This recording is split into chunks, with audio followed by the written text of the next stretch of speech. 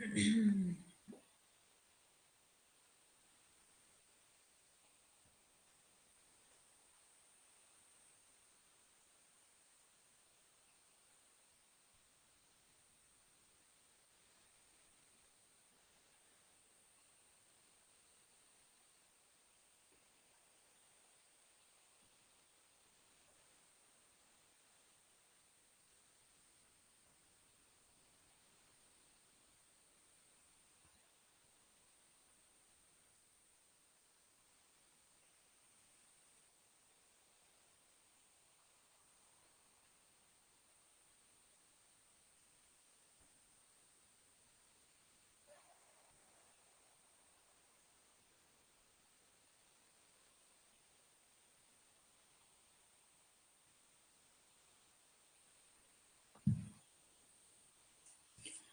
Everyone, very good morning to all of you.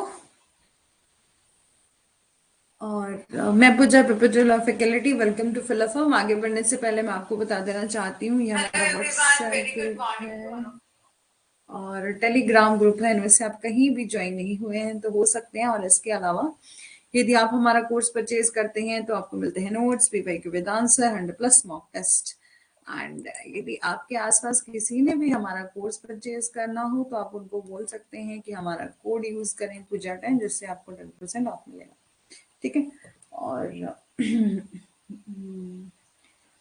Good morning Deepmala ji, Lalita ji good morning, Mohammad ji good morning, Brajesh ji good morning. बाकी नहीं आए, ठीक है, 1 minute wait कर लेते हैं।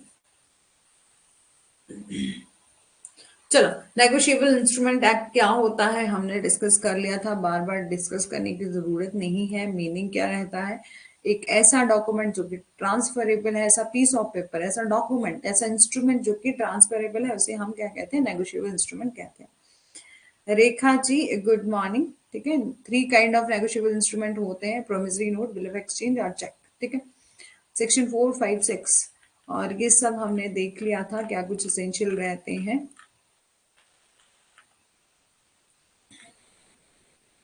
और मोड ऑफ नेगोशिएशन देख रहे थे।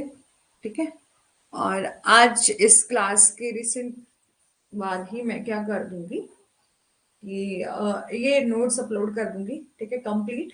आज भले ही आज कंप्लीट हो जाता है तब भी, यदि आज कंप्लीट नहीं भी होता तब भी मैं इसको अपलोड कर दूंगी। ठीक है, अब बात करते हैं नेगोशिएशन की। तो नेगोशिएशन होता क्या है? स्टार्ट कर ले या वेट कर ले? अभिजीत जी आ गए? अभिजीत जी, रेखा जी, अंजलि जी नहीं आ रहे हैं ना? और रेखा जी तो आ गए हैं। और शालू जी जो नया स्टूडेंट है कोई, हो गए ज्वाइन?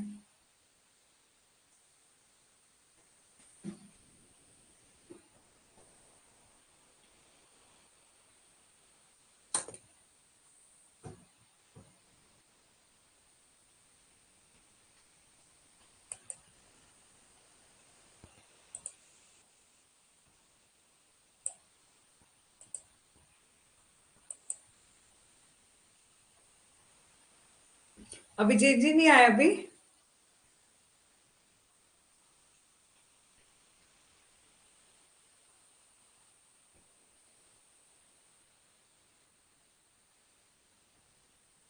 ठीक है, कर देंगे साइन। ठीक है, करवाए जाएंगे और जैसे जैसे आपको सब कुछ मिल जाए। ठीक है, चलो बात करते हैं नेगोशिएशन की। ठीक है, बिना टाइम को वेस्ट करते हुए स्टार्ट कर लेते हैं। ओके, अभिजीत जी गुड मॉर्निंग, आप ही का वेट हो रहा था कि सभी स्टूडेंट एक बार आ जाए तभी स्टार्ट करते हैं। और आप मेरे को बता देना कि आपका नेटवर्क वगैरह इशू रहता है तो मतलब क्या आप मॉर्निंग में आपको सुटेबल टाइम रहेगा क्लास के लिए या इवनिंग में? बस इतना बता देना। ठीक है, बाकी बाद में डिस्कस करेंगे। ठीक है, फिर है नेगोशिएशन। क्या क्या मतलब होता है? नेगोशिएशन होता है आपका transfer of negotiable instrument. Negotiable instrument mean ऐसा इंस्ट्रूमेंट जो कि ट्रांसफरेबल है, जिससे एक ऐसा पीस ऑफ पेपर, ऐसा इंस्ट्रूमेंट जिसको ट्रांसफर किया जा सकता है। अब बात करें मीनिंग ऑफ नेगोशिएशन क्या होता है। जब भी कोई इंस्ट्रूमेंट ट्रांसफर किया जाता है one person to another person with a view to make other person as a holder, इस उद्देश्य से कि दूसरा पर्सन क्या है? आपका होल्डर है। ठीक है, जिस भी पर्सन की पोजीशन में वो डॉक्यूमेंट रहेगा, वो इंस्ट्रूमेंट रहेगा, वो होल्डर माना जाएगा। Then the instrument is deemed to be negotiated, तब हम कहते हैं कि ये इंस्ट्रूमेंट क्या हो गया है, नेगोशिएटेड हो गया है। अब बात करें कि जो इंस्ट्रूमेंट होते हैं ना, वो ऐसे ही जो है ट्रांसफर नहीं हो जाते, ठीक है। तो कुछ एक ऐसे इंस्ट्रूमेंट होते हैं जो कि बेयरर इंस्ट्रूमेंट होते हैं, और कुछ जो है वो ऑर्डर इंस्ट्रूमेंट होते हैं।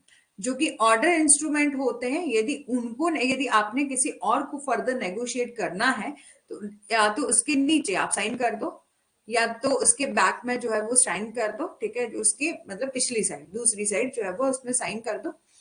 और या तो आपको लिखना है कि ये जो इंस्ट्रूमेंट है उसको मैं फर्दर किसी और को दे रहा हूं, यानी कि वो पर्सन जो है वो इंटाइटल है जो है क्लेम करने के लिए। कल को ऐसा हो गया, देखो कि आज हम क्या डिस्कस कर रहे हैं कि हमने बोला ना कि कोई भी नेगोशिएबल, चाहे प्रोमिसरी नोट है, चाहे आपका बिल ऑफ एक्सचेंज है, जिसको जो है वो नेगोशिएट किया जा सकता है ना, नेगोशिएट किया जा सकता है। तो हम ऐसे ही थोड़ी ना, जैसे कि अब अभिजीत जी को मोहम्मद जी ने कोई प्रोमिसरी नोट दिया है, तो क्या आप मोहम्मद जी आगे दीपमाला जी को फर्दर उसको सेंड कर सकते हैं, या किसी और को नेगोशिएट कर सकते हैं, ठीक है।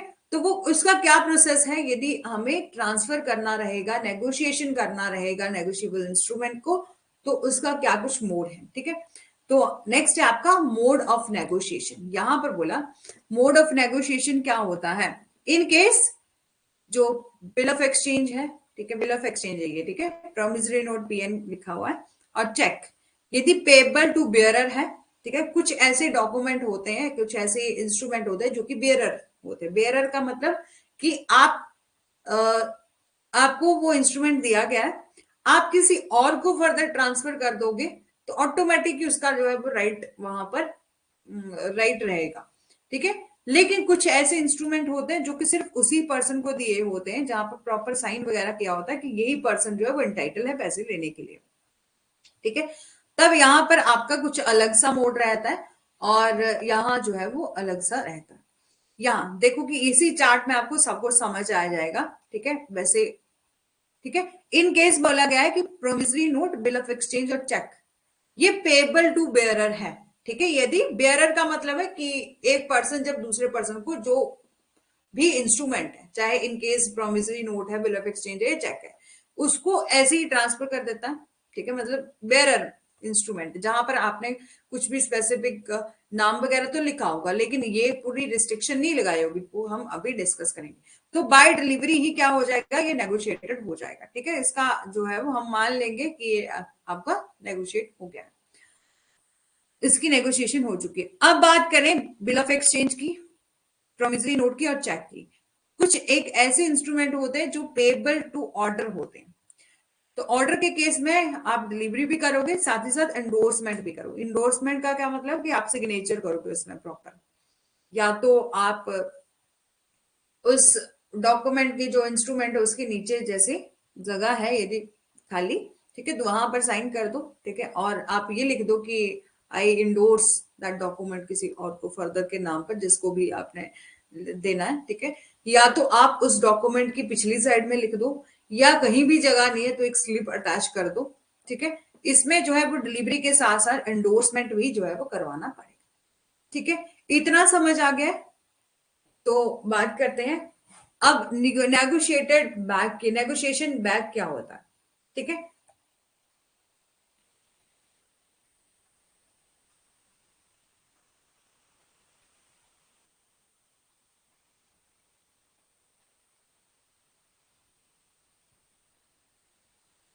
जल्दी से बताओ, इतना समझ आ गया है कि कुछ एक ऐसे इंस्ट्रूमेंट होते हैं जो कि बेयरर होते हैं, कुछ ऐसे ऑर्डर होते हैं। मतलब कुछ ऐसे इंस्ट्रूमेंट जो कि ऑर्डर होते हैं, जो कि स्पेसिफिक इसी एक ही पर्सन को जो है वो आप दे सकते हैं। लेकिन यदि आपको किसी और को देना है, ठीक है, किसी और को देना है, तो आपको प्रॉपर एंडोर्समेंट करनी पड़ेगी, साथ ही साथ उसकी डिलीवरी भी करनी पड़ेगी। हाँ, bearer mean holder of instrument, जिस पर्सन के पास जो है वो इंस्ट्रूमेंट होगा, उसके पास जो है वो राइट रहेगा क्लेम करने के लिए, ठीक है। और कुछ ऐसे इंस्ट्रूमेंट होते हैं जो कि ऑर्डर इंस्ट्रूमेंट होते हैं, जो कि होल्डर के साथ साथ उसमें प्रॉपर नाम भी वहां पर मेंशन किया होता है, देखो। ठीक है, अब आपको जैसे धीरे धीरे करेंगे, डिलीवरी क्या होता है, इंडोर्समेंट क्या होता है, यदि आपको आई एंड इंडोर्समेंट आ रहा है या ई एंड बी इंडोर्समेंट आ रहा है, तो वो दोनों की स्पेलिंग जो है वो सही मानी जाती है। ठीक है, आप इस तरीके का इंडोर्समेंट भी लिख सकते हो और इस तरीके का भी लिख सकते हो, जो कि यहाँ पर मेंशन है। तो यहाँ पर आगे आपको बहुत अच्छे से समझाया जाएगा कि इंडोर्समेंट क्या होता है, डेफिनेशन क्या है, इंडोर्समेंट इन ब्लैंक क्या है, जर्नल फुल क्या है, ठीक है, और कंडीशन इंडोर्समेंट क्या होता है, रिस्ट्रिक्टिव क्या है। ठीक है,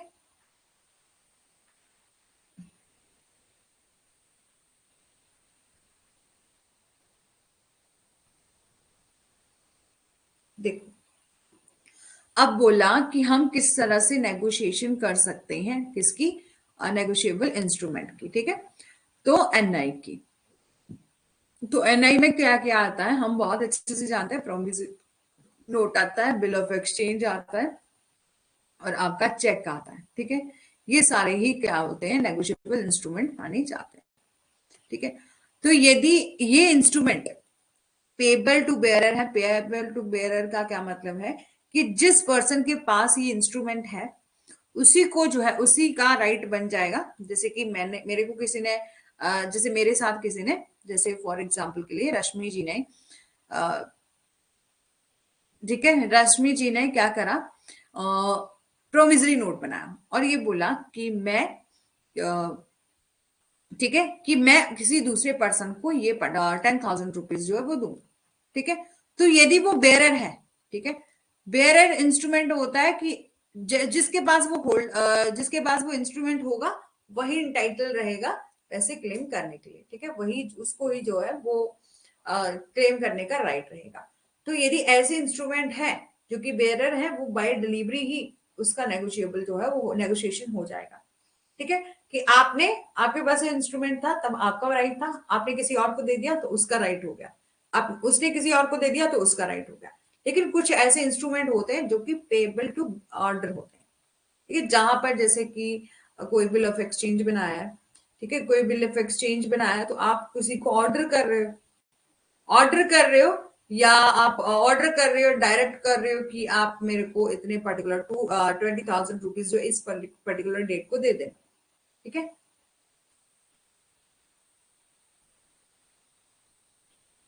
ठीक है, तो या यदि आप ऑर्डर कर रहे हो, ठीक है, ऑर्डर कर रहे हो किसी को, या आपने जैसे कि पेबल टू ऑर्डर का क्या मतलब होता है कि आपने जो इंस्ट्रूमेंट बनाया वो सिर्फ वही पर्सन ले सकता है जिसका उसमें नाम लिखा हुआ है।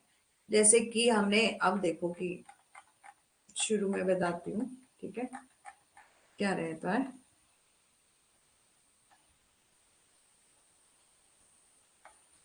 ये देखो, एवरी डेफिनेशन में आपने एक चीज देखी थी कि जब हम बिल ऑफ एक्सचेंज की डेफिनेशन देखते हैं तो यहां पर लिखा है कि डायरेक्टिंग, और बोला कि एक पर्सन जो है वो एक बिल ऑफ एक्सचेंज क्या होता है, एक बार थोड़ा सा ध्यान देखना। पहले हम प्रोमिसरी नोट में देखते हैं। ठीक है, प्रोमिसरी नोट में क्या, प्रोमिसरी नोट की डेफिनेशन देखो। प्रोमिसरी नोट एक ऐसा इंस्ट्रूमेंट है जो कि राइटिंग में होता है, अनकंडीशनल अंडरटेकिंग, ठीक है, जिसमें कोई कंडीशन नहीं लगाई जाती, साइन होता है बाय द मेकर, और ये साइन क्या होता है, टू पे सर्टेन सम ऑफ मनी, कि आप जो है वो पे करोगे सर्टेन सम ऑफ मनी, और ऑर्डर, ठीक है, ऑर्डर कि आप जो है वो वहां पर पे करोगे सर्टेन सम ऑफ मनी, या तो मेरे को, या मैंने जिसको भी ऑर्डर किया होगा, या और to order of a certain person, ठीक है, या तो मेरे को या किसी दूसरे पर्सन को जिसको कि मैंने ऑर्डर किया होगा। ठीक है, और to the bearer of instrument, हर एक डॉक्यूमेंट में आपको ऑर्डर और हर एक डेफिनेशन में, सॉरी, ठीक है, ऑर्डर और बेयरर देखने को मिलेगा। बेयरर का क्या मतलब होता है, यदि आपने किसी पर्सन को डायरेक्ट यही बोला है कि इसके अलावा कोई और जो है वो पेमेंट नहीं ले सकता। ठीक है, और दूसरा होता है कि बेयरर वो इंस्ट्रूमेंट होता है जिसमें आपको बोला है कि जिसकी पोजीशन में वो इंस्ट्रूमेंट होगा आपको पेमेंट मिल जाएगी। ऑर्डर होता है कि आपने किसी एक स्पेसिफिक पर्सन को बोला है कि आप ही पेमेंट ले सकते हो। ठीक है, जब तक आप किसी को लिखित में मतलब इंडोर्स करके जो है वो किसी को अथॉरिटी नहीं देते। ठीक है, जिसको पेमेंट देना है वो बेरर, हाँ, जिसके भी पोजीशन में वो डॉक्यूमेंट है, जिसके भी पोजीशन में वो डॉक्यूमेंट है वो बेरर माना जाता है। जिसने ऑर्डर दिया है उसी के पास ही इंस्ट्रूमेंट रह गया।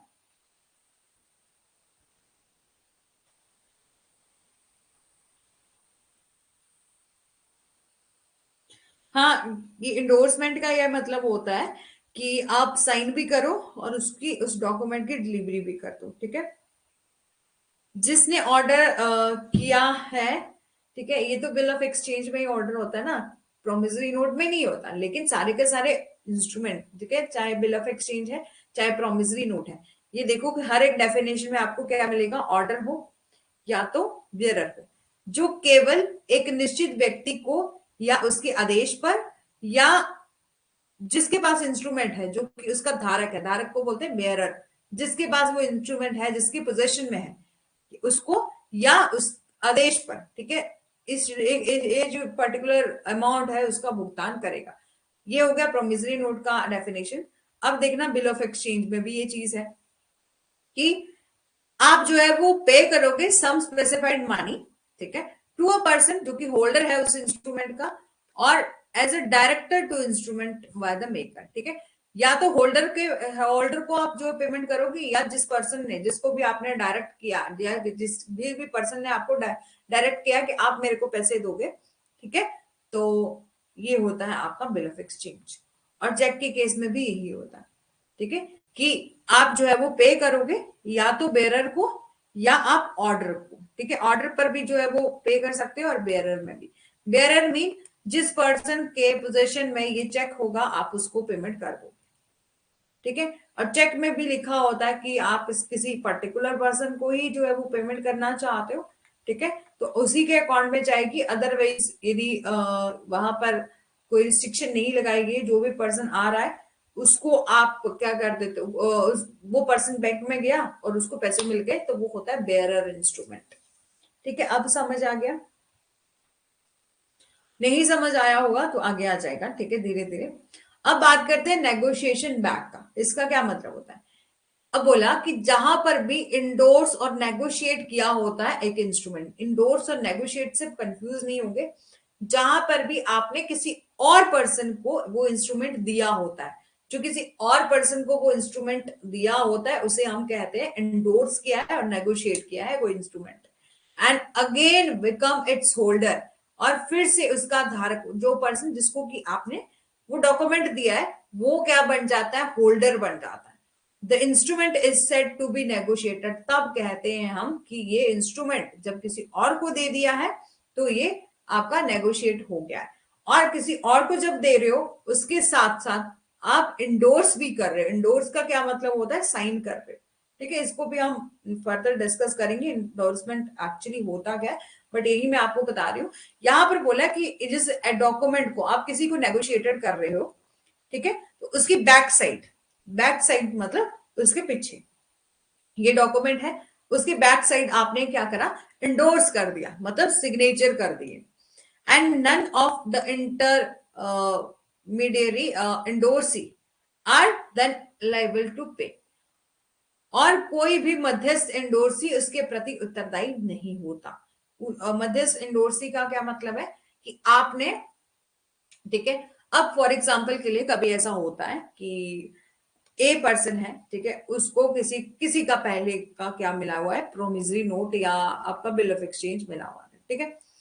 और ये क्या करता है, ठीक है, ए के पास है और ए क्या करता है, बी को बोलता है, ठीक है, कि मेरे को ना सी को पेमेंट करना है, तो मेरे पास ये 20,000 का बिल ऑफ एक्सचेंज है, ठीक है।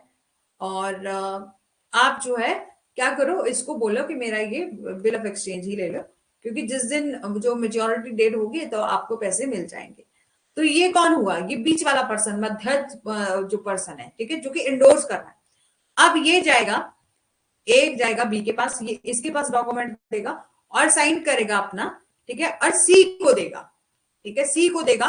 तो किसका राइट रहेगा, सी का राइट रहेगा। बोले कि बीच का कोई पर्सन है ना, मध्यस्थ कोई पर्सन है, वो उसके लिए उत्तरदायी नहीं है, ना ही तो वो लाइबल है पेमेंट लेने के लिए। आप उस व्यक्ति को वो डॉक्यूमेंट एंडोर्स कर रहे हो, मतलब डिलीवरी कर रहे हो उसकी, उस पर्सन को जो डॉक्यूमेंट है वो नेगोशिएट कर रहे हो, ठीक है, और साथ ही साथ उस पर उसकी बैक वाली साइड पर साइन कर रहे हो, मीन इंडोर्स कर रहे हो, ठीक है। तो इसका ये मतलब होता है नेगोशिएशन बैक। फॉर एग्जाम्पल के लिए यहाँ एक एग्जाम्पल है कि एक Raju the holder of bill endorse to the Shyam, ठीक है। यहाँ पर बोला है राजू एक ऐसा पर्सन है जो कि होल्डर है बिल ऑफ एक्सचेंज का, वो इंडोर्स करता है किसको, श्याम को, वो डॉक्यूमेंट देता है। और श्याम इंडोर्स टू बाबू, और श्याम जो है वो किसी और को इंडोर्स कर देता है, बाबू भाई को, ठीक है। तो बाबू भाई टू अनुराधा, और बाबू भाई फर्दर इसको अनुराधा को इंडोर्स कर देते हैं। देन जो इंडोर्स, यदि अनुराधा, ठीक है, यहां पर बोला, और फिर से राजू के लिए जो है वो समर्थन करता है, तो राजू अनुराधा द्वारा दूसरे समर्थन द्वारा बिल के नियत समय में धारक होने के नाते श्याम बाबू या अनुराधा से राशि वसूल कर सकता है, ठीक है।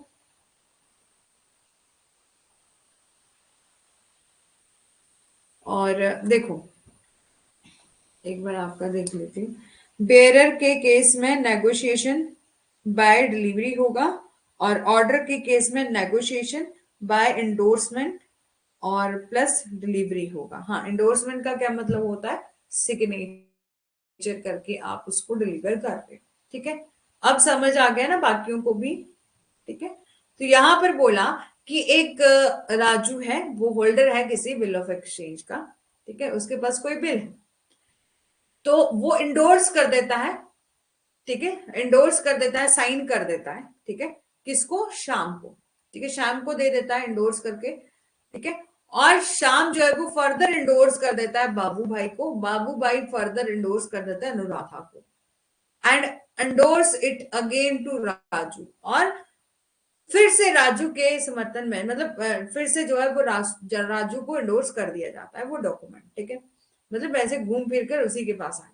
तो राजू बीइंग अ होल्डर, जो राजू होल्डर है, ठीक है, राजू होल्डर है of due course of bill of exchange by the second endorsement by Anuradha, क्योंकि उसको अनुराधा ने जो है वो इंडोर्स, उसका इंडोर्स किया हुआ है, ठीक है। Can recover the amount thereof from Shyam, ठीक है, तो वो शाम से जो है वो रिकवर कर सकता है। और बाबू भाई और Anuradha himself being a prior party is to liable for all, और वो भी लाइबल है यदि ये पर्सन ऐसे फर्दर फर्दर आपने किसी को नेगोशिएट किया हुआ है ना, ठीक है।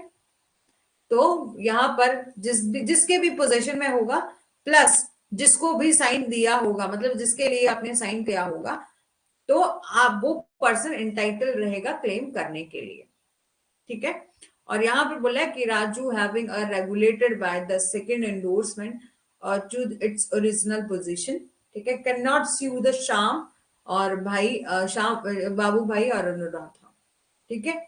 तो यहाँ पे बोला कि जिस भी पर्सन के पास जो इंस्ट्रूमेंट है वो क्या होगा, एंटाइटल रहेगा क्लेम करने के लिए, where the endorse so exclude his liability and afterward become a holder of instrument, all intermediate endorse are liable to him। यहाँ पर बोला कि यदि आपने, बहुत ज्यादा लोग है ना, मतलब जैसे कि हमने अभी देखा कि राजू था, श्याम था, बाबू भाई था, तो जितने भी आपके एंडोर्समेंट हैं, मतलब जितने भी पर्सन है जिसको आपने फर्दर फर्दर एंडोर्स किया हुआ है, मतलब सिग्नेचर करके उसकी डिलीवरी करी हुई है, तो बाद में जो लिखित धारक जो है वो बन जाता है, बाद में जो है वो कोई एक पर्सन जो कि होल्डर ऑफ इंस्ट्रूमेंट बन जाता है। अब इंस्ट्रूमेंट तो एक ही है, एक ही पास, एक किसी एक पर्सन के पास ही रहेगा ना।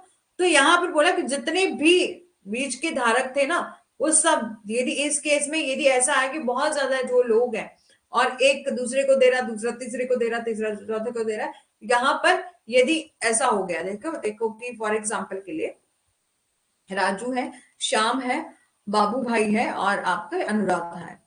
अनुराधा ने ये डॉक्यूमेंट जो है वो किसने दिया था, राजू ने श्याम को दिया, श्याम ने बाबू को दिया, बाबू ने फिर से अनुराधा को दिया, अनुराधा ने फिर से क्या कर दिया, राजू को दे दिया, ठीक है।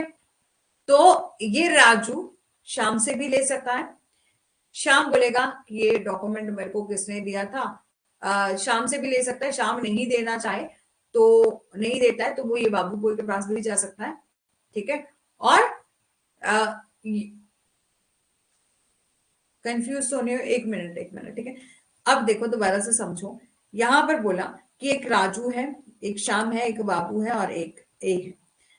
ये राजू के पास एक डॉक्यूमेंट था, ये इसने शाम को दिया, शाम ने आगे बाबू भाई को दे दिया, इसने अनुराधा को दे दिया, अनुराधा ने फिर से किसको दे दिया, राजू को दे दिया। तो यहां पर राजू शाम के पास जाता है कि आपने, ठीक है, कि ये डॉक्यूमेंट जो है वो आपने मेरे को इसकी पेमेंट करनी है। अब ये नहीं देता है, ये फिर फर्दर दोबारा से किसके पास जाएगा, अनुराधा के पास जाएगा, जी इसने पेमेंट नहीं करा।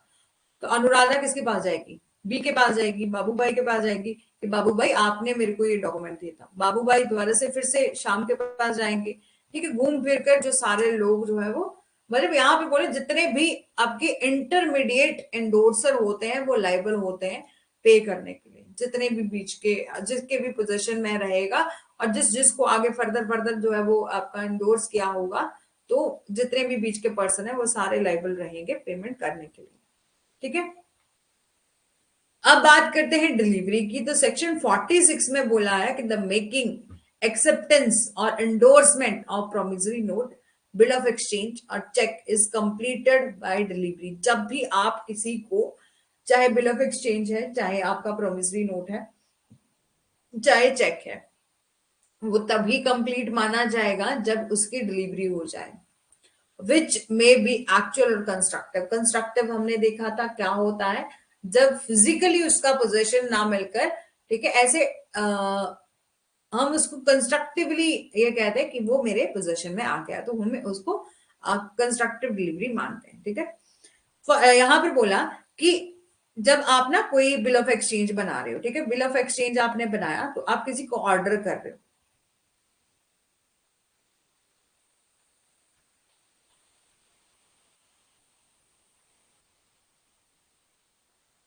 हाँ, first endorser let become holder of instrument, then can recover amount from all intermediate. बिल्कुल, जितने भी आपके बीच में इंटरमीडिएट होंगे आप उससे जो है वो अमाउंट ले सकते हो, रिकवर कर सकते हो, ठीक है। अब है डिलीवरी। बोला कि चाहे आपने वो बिल ऑफ एक्सचेंज बनाया है, ठीक है, आपने बिल ऑफ एक्सचेंज बनाया तो किसी और को ऑर्डर किया, है ना, यदि आप मेकर हैं ऑर्डर किया, या किसी और दूसरे पर्सन ने आपका एक्सेप्ट किया, या तो आपने कोई प्रोमिसरी नोट बनाया। प्रोमिसरी नोट में क्या होता है, एक पर्सन ने बोला कि मैं आपको इतने पैसे रुपए, जैसे 20,000 रुपीज देने का वचन देता हूँ, प्रोमिसरी नोट ये हो गया। तो या तो आप बना रहे हो, या दूसरी पार्टी उसको एक्सेप्ट कर रही है, या आगे फर्दर किसी को इंडोर्स किया जा रहा है। इंडोर्स मतलब आप किसी और को दे रहे हो, तो वो तभी कंप्लीट माना जाएगा जब डिलीवरी जो है वो हो जाएगी। सेक्शन 46 में ये डिलीवरी के बारे में बोला गया, ठीक है। अब बात करें व्हाट इज इंडोर्समेंट। इंडोर्समेंट आपका ईएन भी होता है और आईएन भी होता है, दोनों ही सही रहता है, ठीक है। अब मेरे को इस टाइम तक बता दो कि कितना समझ में आ गया। यदि कोई कंफ्यूजन है तो दोबारा से बता दो। अभी हम व्हाट इज एंडोर्समेंट करेंगे कि एंडोर्समेंट होता क्या है। हमने तो वैसे जान लिया कि आप साइन करके किसी डॉक्यूमेंट को दे दे रहे हो, ठीक है, और तब वो क्या माना, क्या होता है, आपका एंडोर्समेंट होता है। लेकिन बहुत डिटेल में यदि देखना है तो हम उसको फर्दर डिस्कस करेंगे, क्या कुछ के उसके काइंड रहते हैं। लेकिन तब तक मेरे को बताओ कि किस किस को समझ आ गया है कंप्लीट। कोई अमाउंट, कोई भी आपका टॉपिक या कुछ भी, मतलब कोई भी पॉइंट यदि आपका मिस हो गया है, यदि दोबारा से सुनना चाहते हो, क्लियर मैम, ठीक है। बाकी बताओ, 7 स्टूडेंट है, 7 का ही जो है वो रिप्लाई आना चाहिए, नो डाउट दीपमाला जी, ठीक है।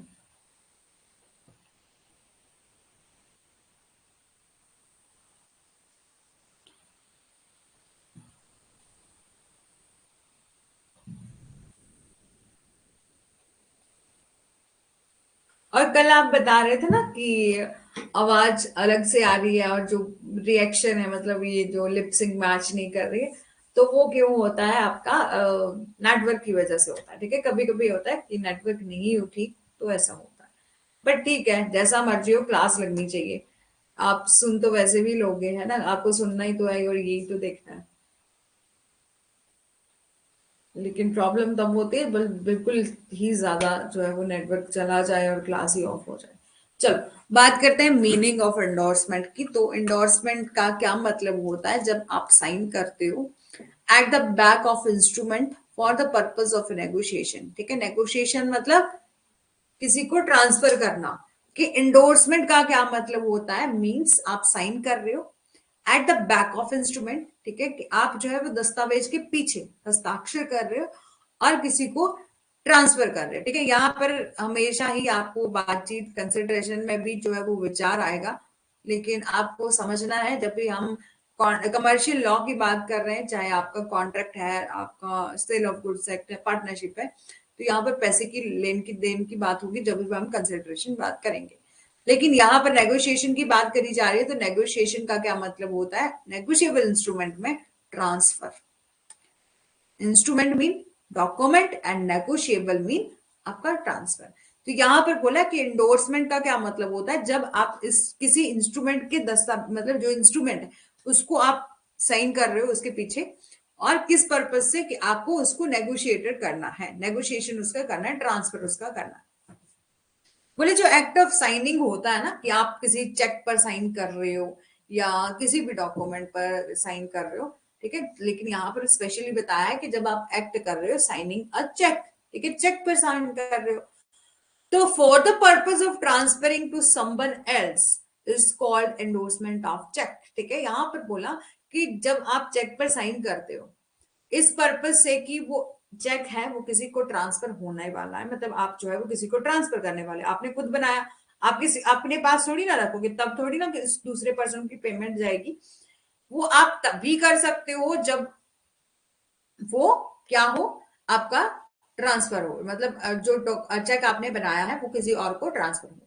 तो बोला कि for the purpose of transferring someone else, यदि आप उसको साइन करते हो तो हम उसको एंडोर्समेंट ऑफ चेक कहते हैं। ठीक है, और इफ यदि कोई भी स्पेस नहीं है लेफ्ट ऑन इंस्ट्रूमेंट, ठीक है, आप बात करें कि कोई भी स्पेस नहीं बचा है इज लेफ्ट ऑन इंस्ट्रूमेंट, की कोई भी स्पेस नहीं रहा है, then endorsement may be a separate slip to be attach. तो एंडोर्समेंट किया जा सकता है, मतलब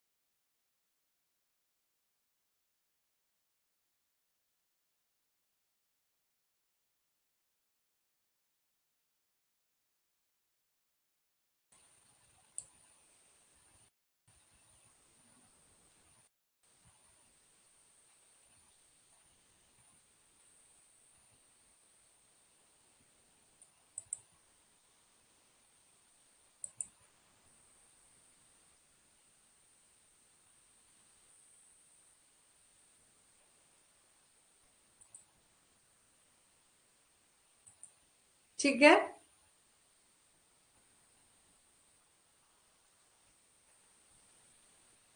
अभी ठीक है ऑडियो और वीडियो।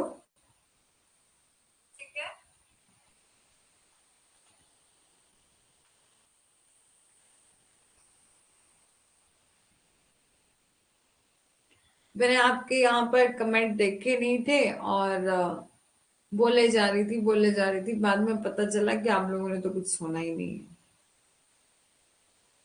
ठीक है, चलो बात करते हैं कि इंडोर्समेंट होता क्या है। इंडोर्समेंट समझ आ गया क्या मतलब होता है इसका? जब आप साइन करते हो किसी डॉक्यूमेंट में, इंस्ट्रूमेंट में, ठीक है, उसकी बैक साइड, ठीक है, जब आप किस पर्पज से कि आपको किसी और को फर्दर जो है वो ट्रांसफर करना है, आप नेगोशिएशन उसका करना, तब हम कहते हैं कि ये क्या है, एंडोर्समेंट है। एंडोर्समेंट का ये मतलब होता है। अब बात करें कि जब आप किसी चेक पर साइन करते हो ना, इस पर्पज से कि उसको ट्रांसफर करना है आपको समवन एल्स, देन हम कहते हैं कि ये चेक क्या है, आपका एंडोर्समेंट हो चुका है, कि then called the endorsement of cheque. और यदि कोई भी स्पेस उस डॉक्यूमेंट में बचा ही नहीं है, इंडोर्स इंस्ट्रूमेंट में कोई स्पेस जो है वो नहीं बचा है, तो आप उसकी इंडोर्समेंट किस तरह से कर सकते हो? उस डॉक्यूमेंट के साथ एक सेपरेट स्लिप आप अटैच कर दो, ठीक है, तब भी हम कहते हैं कि ये इंडोर्समेंट जो है वो माना जाता है। कि आप इंडोर्समेंट किस तरह से कर सकते हो? सेपरेट स्लिप अटैच कर सकते हो इस इंस्ट्रूमेंट के साथ। ठीक है, समझ आ गया? फिर है आपका डेफिनेशन ऑफ इंडोर्समेंट। इंडोर्समेंट होता क्या है?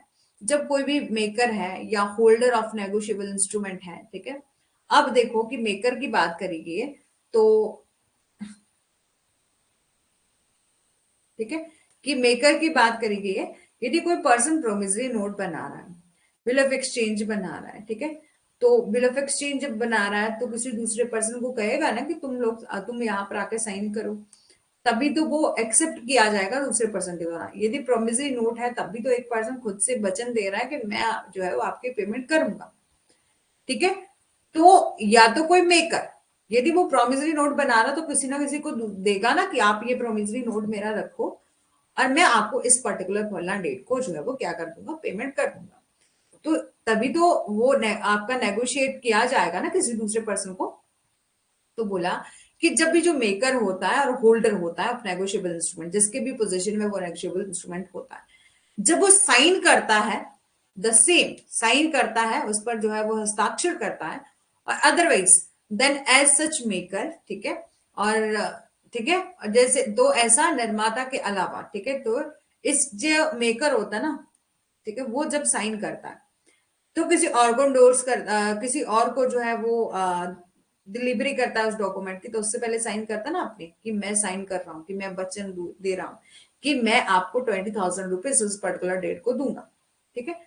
अब यहाँ पर एक बात होगी, दूसरी बात, कि जब भी कोई पर्सन जिसके पोजीशन में वो नेगोशिएबल इंस्ट्रूमेंट है, वो इस पर्पज से कि आप उसको फर्दर किसी और को नेगोशिएट करना है उस डॉक्यूमेंट को, ठीक है, तो वो उस डॉक्यूमेंट की बैक साइड, या ठीक है, बैक साइड जो है, या तो फ्रंट में भी जो यदि स्पेस है नीचे जैसे कोई स्पेस है तो उसमें साइन कर सकता है, या तो बैक साइड पर भी जो है वो साइन कर सकता है, और यदि स्पेस नहीं है तो स्लिप अटैच कर सकता है, ठीक है, कि paper attach, paper slip of paper जो है वो अटैच किया जा सकता है और साइन किया जा सकता है। इस पर्पज से, for the same purpose, a stamp paper intended to be completed as a negotiable instrument, ठीक है, कि स्टैम्प पेपर को एक नेगोशिएबल इंस्ट्रूमेंट के रूप में जो है वो पूरा करने, मतलब एक पर्सन जो कि एक अपना राइट किसी दूसरे को दे रहा है, उसे हम क्या कहते हैं, एंडोर्समेंट कहते हैं। कि वो साइन कर रहा है, चाहे आपका फ्रंट में करे या उस डॉक्यूमेंट के बैक में करे या कोई स्लिप अटैच करे, इस पर्पज से कि वो किसी दूसरे को ये डॉक्यूमेंट नेगोशिएट कर रहा है। अब देखो कि डॉक्यूमेंट नेगोशिएट करने का क्या मतलब होता है, कि आप किसी दूसरे को अपना राइट जो है किसी दूसरे को दे रहे हो, ठीक है। आपने जो पेमेंट आपको मिलने वाली थी, आपने जब किसी और को जो है वो ट्रांसफर कर दिया वो राइट, तब हम कहते हैं कि ये क्या है, आपका एंडोर्समेंट है, ठीक है। और बोला कि he is said to be endorser, endorse the same or called a endorser, कि बोला कि जो भी पर्सन जो है वो आपका साइन करता है किसी दूसरे पर्पस को, दूसरे पर्सन को देता है, ठीक है, तो उसे हम एंडोर्सर कहते हैं। For the purpose of negotiating, sign for the purpose of the transfer to someone, ठीक है, और if there is no space of instrument और sign, then another sign slip और can also attach that instrument. बिल्कुल बढ़िया, ठीक है। अब बात करें काइंड ऑफ एंडोर्समेंट की, ठीक है, एंडोर्समेंट का क्या काइंड रहता है। तो endorsement in blank, endorsement in full, ठीक है, और एंडोर्समेंट पार्शियल एंडोर्समेंट भी होती है, कंडीशनल एंडोर्समेंट भी होती है, रिस्ट्रिक्टिव एंडोर्समेंट भी होती है, ठीक है। अब बात करते हैं endorsement in blank sorry black की, ठीक है, ब्लैंक की, या जिसे हम जर्नल एंडोर्समेंट भी कहते हैं। तो यहां पर बोला कि an endorsement is said to be black bank sorry blank, ठीक है, और जर्नल, ठीक है, when the endorser put is sign signature only on the instrument, ठीक है। तो यहाँ पर जो एंडोर्सर जो पर्सन होता है, ठीक है, जो क्या करता है, सिर्फ और सिर्फ साइन करता है उस पर, ओनली साइन करेगा उस इंस्ट्रूमेंट पर, ठीक है, and done not write the name of some anyone, ठीक है, और इसका नाम जो है वो नहीं लिखेगा, जिसे हम जर्नल एंडोर्समेंट कहते हैं। जर्नल एंडोर्समेंट में या आपका ब्लैंक एंडोर्समेंट में का क्या मतलब होता है, जर्नल एंडोर्समेंट से समझो, ठीक है, इसी को हम ब्लैंक एंडोर्समेंट भी कहते हैं। तो आप ना किसी को एंडोर्स कर रहे हो तो सिर्फ साइन कर रहे हो कि मैं किसी और को क्या कर रहा हूं, ये दे रहा हूं, ठीक है, सिर्फ साइन कर रहे हो। आप किसी पर्टिकुलर पर्सन का नाम यहाँ पर मेंशन नहीं कर रहे हो, और ना ही तो ऑर्डर कर रहे हो पेमेंट करने के लिए कि आप उस किसी पर्टिकुलर पर्सन को ही जो है वो पेमेंट करोगे, ठीक है।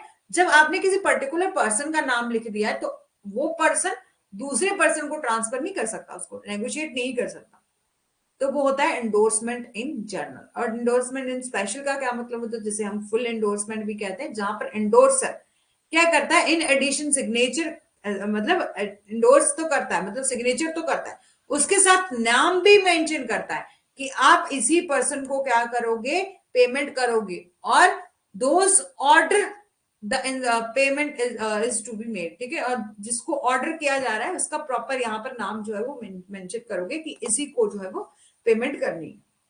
समझ आ गया, ठीक है। जर्नल या ब्लैंक का क्या मतलब रहता है कि सिर्फ आप साइन कर रहे हो, किसी पर्सन का नाम जो है वो नहीं लिख रहे हो।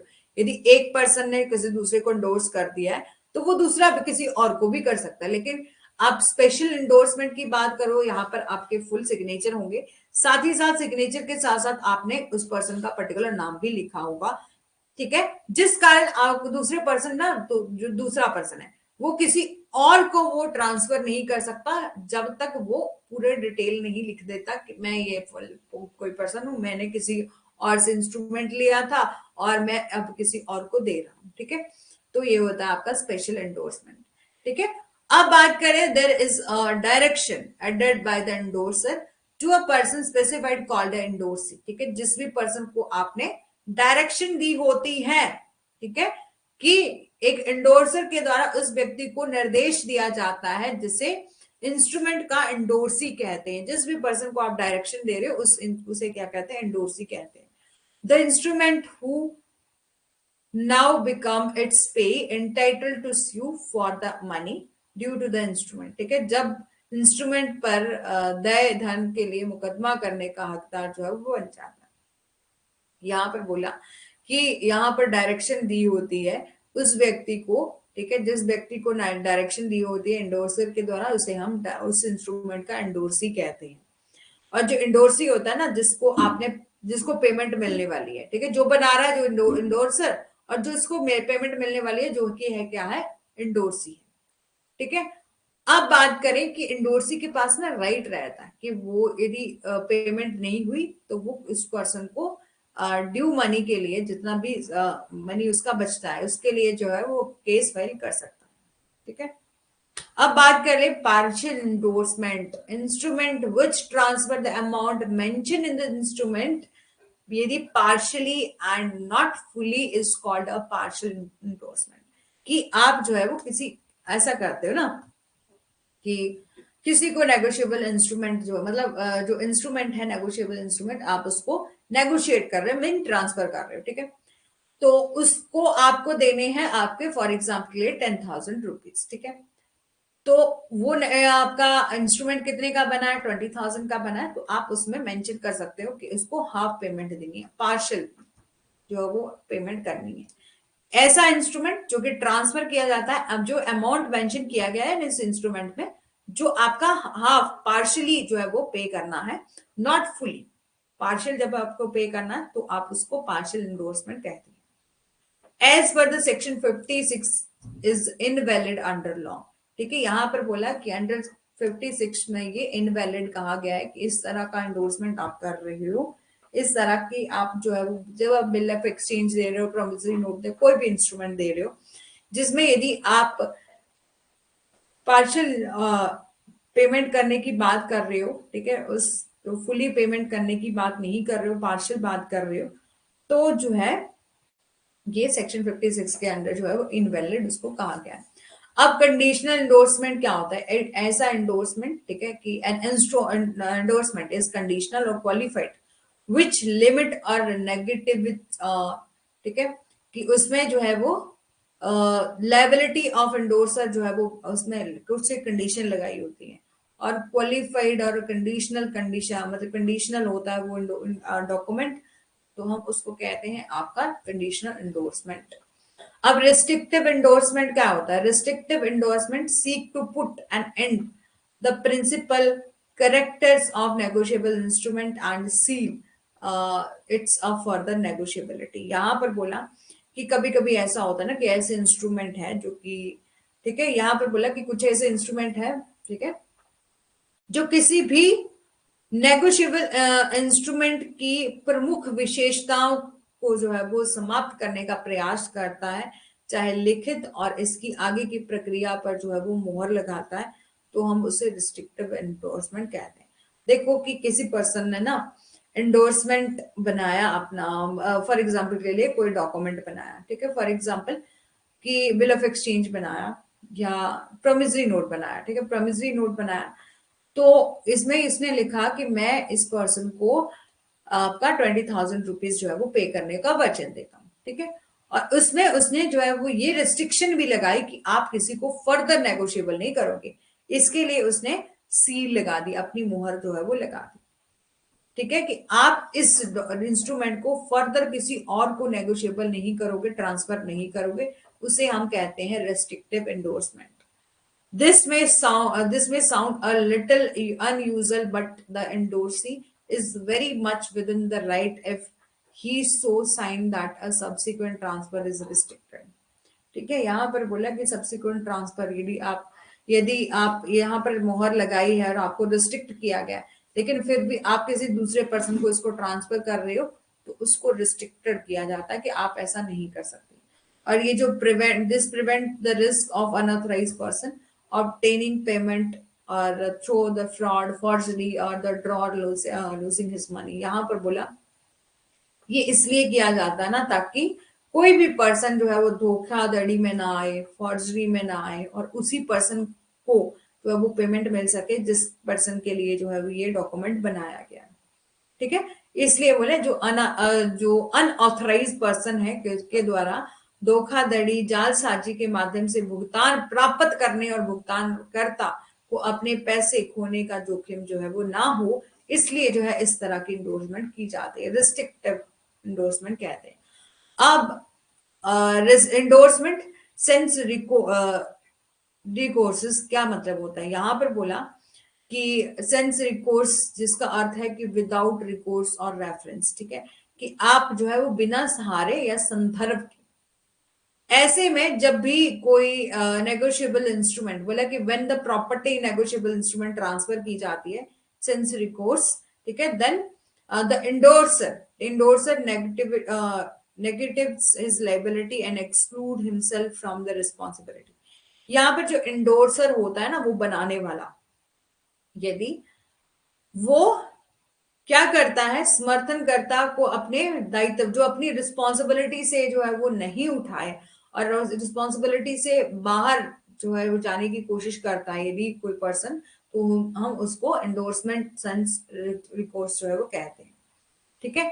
और it is one of the commonest common from the qualified endorsement and virtually prohibit the negotiation since endorse से इनफैक्ट यहाँ पर बोला कि आप इस वाले पर्टिकुलर डॉक्यूमेंट को ना एंडोर्समेंट इंस्ट्रूमेंट को आप फर्दर किसी और को नेगोशिएबल नहीं कर सकते, नेगोशिएशन उसका नहीं कर सकते, ट्रांसफर नहीं कर सकते। ठीक है, जहां पर यदि कोई पर्सन जो है वो रिस्पॉन्सिबिलिटी लेने से जो है वो मनाही कर रहा है, खुद ही अपनी जिम्मेदारियों से बाहर जो है वो खुद को कर लेता है, ठीक है, तो इस तरह के डॉक्यूमेंट को आप फर्दर जो है वो किसी को एंडोर्स नहीं कर सकते। देखो कि ऐसा नहीं होगा कि एक पर्सन ए है ना और दूसरा बी है, यहाँ पर ए ने जो है वो प्रॉमिसरी नोट बनाया था कि मैं की पेमेंट करूंगा, लेकिन बी उस दिन जिस दिन डेट ऑफ मेच्योरिटी थी वो पेमेंट लेने के लिए गया तो इसने मना कर दिया। तो यहाँ पर बी ऐसा नहीं कर सकता कि इसके पास जो डॉक्यूमेंट जो का नेगोशिएबल इंस्ट्रूमेंट है वो किसी और को फर्दर ट्रांसफर कर दे कि आपको यहाँ से पेमेंट मिल जाएगी, जब आपको पता है कि ये खुद ही मेरे को पेमेंट नहीं कर रहा है तो आगे आप किसी और को फर्दर क्यों जो है वो नेगोशिएट कर रहे हो।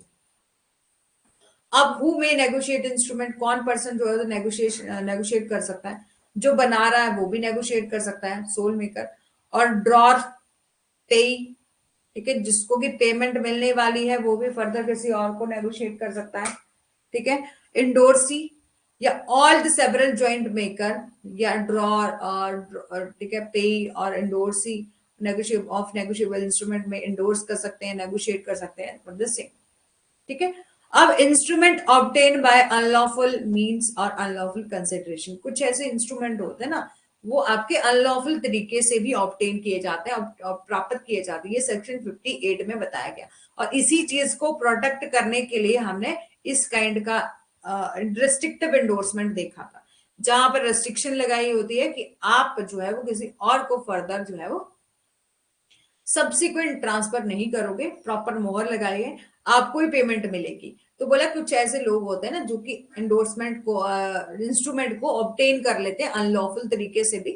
यदि आपको पता है कि उस पर्सन के पास ना कोई ऐसा इंस्ट्रूमेंट है जिसमें उसको 1 लाख रुपीज पेमेंट मिलने वाली है, अब किसी को पता चल गया तो किसी जैसे कि बेयरर इंस्ट्रूमेंट हम कहते हैं कि जिसको जो कि मेयर पोजेशन होने से ही जो क्या हो जाएगा उस पेमेंट उसकी मिल जाएगी। तो यहाँ पर बोला कि जब भी कोई नेगोशिएबल इंस्ट्रूमेंट किसी का खो जाता है, लॉस्ट हो जाता है, ठीक है, जब भी कोई नेगोशिएबल इंस्ट्रूमेंट किसी का खो गया या किसी अपराध या धोखाधड़ी के माध्यम से गैर कानूनी तरीके से जो है वो किसके निर्माता, स्वीकारकर्ता या धारक से जो है वो प्राप्त कर लिया गया, ठीक है, किसी भी पर्सन ने अनलॉफुल तरीके से ऑब्टेन कर लिया। कंडीशनल होता है जहां पर कोई कंडीशन बताई गई होती है, ठीक है, कि आप जो है वो एंडोर्समेंट की जैसे फॉर एग्जांपल के लिए क्या एग्जांपल लूं, जहां पर कोई ना कोई कंडीशन अटैच करी होती है, ठीक है, कि आप इस पर्टिकुलर डेट को यदि आप मेरा ये पर्टिकुलर काम कर देते हैं, ठीक है, वैसे तो ये कंडीशनल एंडोर्स जो है वो कंडीशनल इंस्ट्रूमेंट आपके मान्य ही नहीं होते, जैसे कि हमने पहले भी देखा है कि अनकंडीशनल ऑर्डर होता है और अनकंडीशनल अंडरटेकिंग होता है। लेकिन यदि आप किसी को एंडोर्स कर रहे हो ना तो आपको आप सिर्फ इसको ट्रांसफर कर रहे हो कि पेमेंट लेने के लिए ट्रांसफर कर रहे हो, तो वहां पर आप कंडीशन लगा सकते हो, ठीक है, हाँ, कंडीशनल अप्लाइड कंडीशन, बिल्कुल बिल्कुल, ठीक है। अब देखो कि मोहम्मद जी ने बहुत अच्छा बताया कि ब्लैंक और आपका जर्नल की ओनली साइन किया जाएगा इंस्ट्रूमेंट, नाम उसका मेंशन नहीं किया जाएगा, बिल्कुल बढ़िया। और फुल और स्पेशल में क्या होता है कि साइन भी किया जाएगा प्लस उसका नेम भी जो है वो मेंशन किया जाएगा, ठीक है। पार्शियल में क्या होगा कि पेमेंट जो है वो पार्शियल की जाएगी, नॉट फुली की जाएगी, और ये इसको हमारे सेक्शन 58 में जो है वो अनलॉफुल तरीके से हम ऐसा सेक्शन 58 था कि 59 56 में जो है पार्शियल एंडोर्समेंट को इनवैलिड जो है वो करार किया गया है, ठीक है। अब बात करें कंडीशनल की, तो अप्लाइड कंडीशन रिस्ट्रिक्टिव, यहां पर अप्लाई की होती है कुछ एक certain restriction to further transfer, ठीक है, यही इंपॉर्टेंट है और जो उन्होंने इतना बताया, ठीक है। अब सेक्शन 56, बिल्कुल बिल्कुल, ठीक है। तो अब बात करते हैं कुछ एक ऐसे इंस्ट्रूमेंट है, यहाँ पर बोला कि कौन नेगोशिएट कर सकता है इंस्ट्रूमेंट को, कि कौन पर्सन ट्रांसफर कर सकता है। ट्रांसफर कौन करेगा? जो बनाएगा या जो ड्रॉर होगा, जिससे ठीक है जो कि बना रहा है, या तो प्रॉमिसरी नोट बना रहा है तो हम उसको मेकर कहेंगे, यदि वो बिल ऑफ एक्सचेंज बना रहा है तो उसका ही नाम मेकर को ही हम क्या कहते हैं? ड्रॉर कहते हैं। पार्टीज देखी थी ना हमने, देखी थी ना कौन कौन सी पार्टीज होती है, ठीक है। तो फिर कोई पर्सन है पे, जिसको की पेमेंट मिलने वाली है, वो भी फर्दर किसी और को नेगोशिएट कर सकता है, ट्रांसफर कर सकता है कि ये मेरे को पेमेंट मिलने वाली है, आप ले लो, ठीक है, मेरे को आपको पैसे देने हैं, आप मेरी पेमेंट ले, मतलब इस डॉक्यूमेंट से आप ले लेना, है ना, कि मैं ना लेता हुआ आप जो है वो डायरेक्ट उससे पैसे ले लो, ठीक है। तो इन सभी लोगों के द्वारा जो है वो उसको नेगोशिएट किया जा सकता है। अब बात करें कि ऐसा इंस्ट्रूमेंट है ना जो कि ऑब्टेन किया गया है, अनलॉफुल तरीके से किसी ने ले लिया, अनलॉफुल कंसिडरेशन से किसी ने ले लिया, सेक्शन 58 में ये बोला गया है कि कोई भी नेगोशिएबल इंस्ट्रूमेंट यदि किसी का खो जाता है और किसी दूसरे को मिल गया, है ना, या तो जिसने उसको बनाया है या एक्सेप्ट किया है, जो कि होल्डर ऑफ इंस्ट्रूमेंट है, उससे जो है वो किसी ने फ्रॉड के तरीके से, अनलॉफुल कंसिडरेशन से या किसी भी तरह से स्वीकार कर लिया, मतलब किसी भी तरह से उसने ऑब्टेन कर लिया, ठीक है। हाँ, ये थे आपके बिल ऑफ एक्सचेंज के ड्रॉर, ड्रॉई होगा और पे होगा, ठीक है। अब बात करें यदि नो पोजेशर और endorsee who claim through a person who fraud or so obtain the instrument is entitled to receive the amount due to therein thereon from such maker, acceptor or holder from any party prior to such holder, ठीक है। यहाँ पर बोला कि कोई भी मालिक या जो समर्थन करता है, ठीक है, जो कि इंडोर्सी है, ठीक है, जो उस व्यक्ति के माध्यम से दावा करता है कि जिसने उपकरण प्राप्त पाया किया, प्राप्त किया, उसने ऑब्टेन किया वो इंस्ट्रूमेंट की वो इंटाइटल है रिसीव करने के लिए पेमेंट को, ठीक है, ऐसे धारक से पहले किसी भी पार्टी से उस पर देय राशि जो भी उसकी ठीक है, देय राशि प्राप्त करने का हकदार जो है वो नहीं है। यदि किसी ने फ्रॉड के माध्यम से ऑब्टेन किया है और वो पर्सन यदि क्लेम करता है कि मेरे को ये पेमेंट चाहिए, तो वो हकदार ही नहीं है, ठीक है। हमने ऐसे ही देख लिया कि अनलॉफुल तरीके से या फ्रॉड के माध्यम से किसी भी तरीके से अनलॉफुल मैनर में जो है उसको रिसीव किया जाता है, उसको ऑब्टेन किया जाता है, तो ठीक है।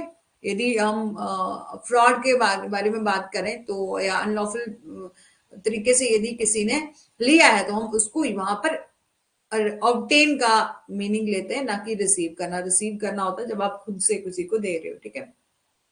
लेकिन वो हक आपका कहता है कि मैं इंटाइटल हूं रिसीव करने के लिए अमाउंट को, तो यहाँ पर बोला कि ना तो, ठीक है, तो वो पार्टी जो है वो हकदार नहीं होगी पैसे लेने के लिए। और अनलेस सच पोजेसर इंडोर्सी और is some person through who claim his was due to the holder in due course, ठीक है, जब तक कि ऐसा स्वामी या समर्थन करता है, मतलब जो भी इंडोर्सी है, ठीक है, कि जिसको भी दिया था, ठीक है, और ऐसा पर्सन जिसके पोजीशन में है, ठीक है, मतलब एक ही पर्सन हुए जो कि जिसके पोजीशन में, या जिसको दिया था तभी तो उसके पोजीशन में रहेगा, है ना। और दिस सम पर्सन, किसी पर्सन के द्वारा जो है वो क्लेम किया जाता है कि वह जो है वो क्या है, होल्डर इन ड्यू कोर्स है, ठीक है। तो यहाँ पर बोला कि कोई भी व्यक्ति जिसके माध्यम से दावा करता है, तो ठीक है, कि वो क्या है, होल्डर इन ड्यू कोर्स है, तब तक जो है वो उसको पेमेंट नहीं दी जाएगी, ठीक है। ये समझ आ गया। अब लाइबिलिटी डिस्कस करेंगे, पार्टीज की क्या कुछ लाइबिलिटी रहती है, अब माइनर की क्या लाइबिलिटी रहती है, लाइबिलिटी ऑफ एन एजेंट क्या रहती है, ड्रॉर की क्या लाइबिलिटी रहती है। पहले मेरे को बता दो, जितना हमने डिस्कस किया समझ आ गया? किसी को कोई डाउट है? 7 स्टूडेंट है, 7 का ही मेरे को यहाँ पर आंसर आना चाहिए, ठीक है, कि क्या कुछ जो है वो समझ में आ गया है। फिर हम नेक्स्ट टॉपिक करेंगे अपना लाइबिलिटी ऑफ पार्टीज का। एक मिनट देख लेती हूँ मैं कितना हुआ, तब तक आप लोग बताओ कि कितना आपको समझ में आ गया।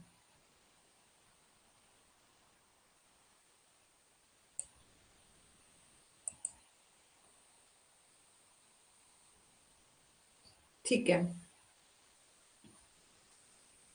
अभिजीत जी कहाँ पर है? रेखा जी और दीपमाला जी, ललिता जी, मोहम्मद जी, अभिजीत जी, 5 स्टूडेंट। और भी है कोई?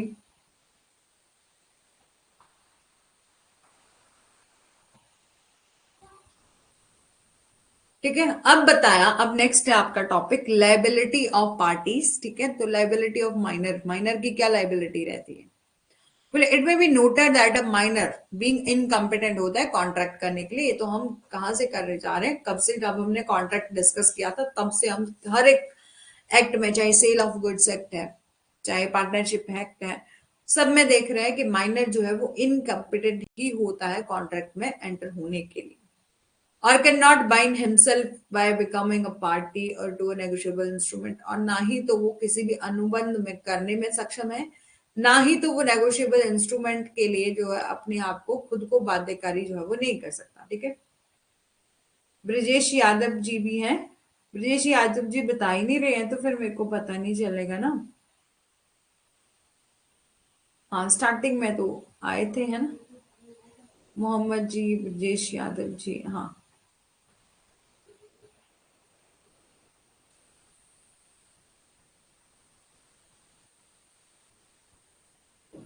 ब्रजेश यादव जी, रेखा जी, दीपमाला जी, मोहम्मद जी, अभिजीत जी, ललिता जी। हाँ, हाँ हो गए 7 स्टूडेंट। ठीक है, चलो लाइबिलिटी ऑफ पार्टीज की हम बात करें तो सबसे पहले हम डिस्कस करेंगे लाइबिलिटी ऑफ माइनर की।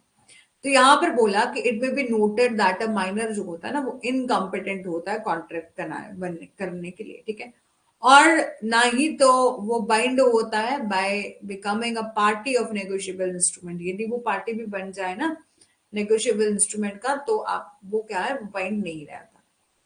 ठीक है, और weather he is drawer, maker, acceptor, endorser. ठीक है, ब्रिजेश जी, कुछ भी या किसी को भी कोई डाउट हो तो बेझिझक आप पूछ सकते हो, एक बार नहीं, 2 बार पूछो, 3 बार पूछो। ठीक है, जो भी।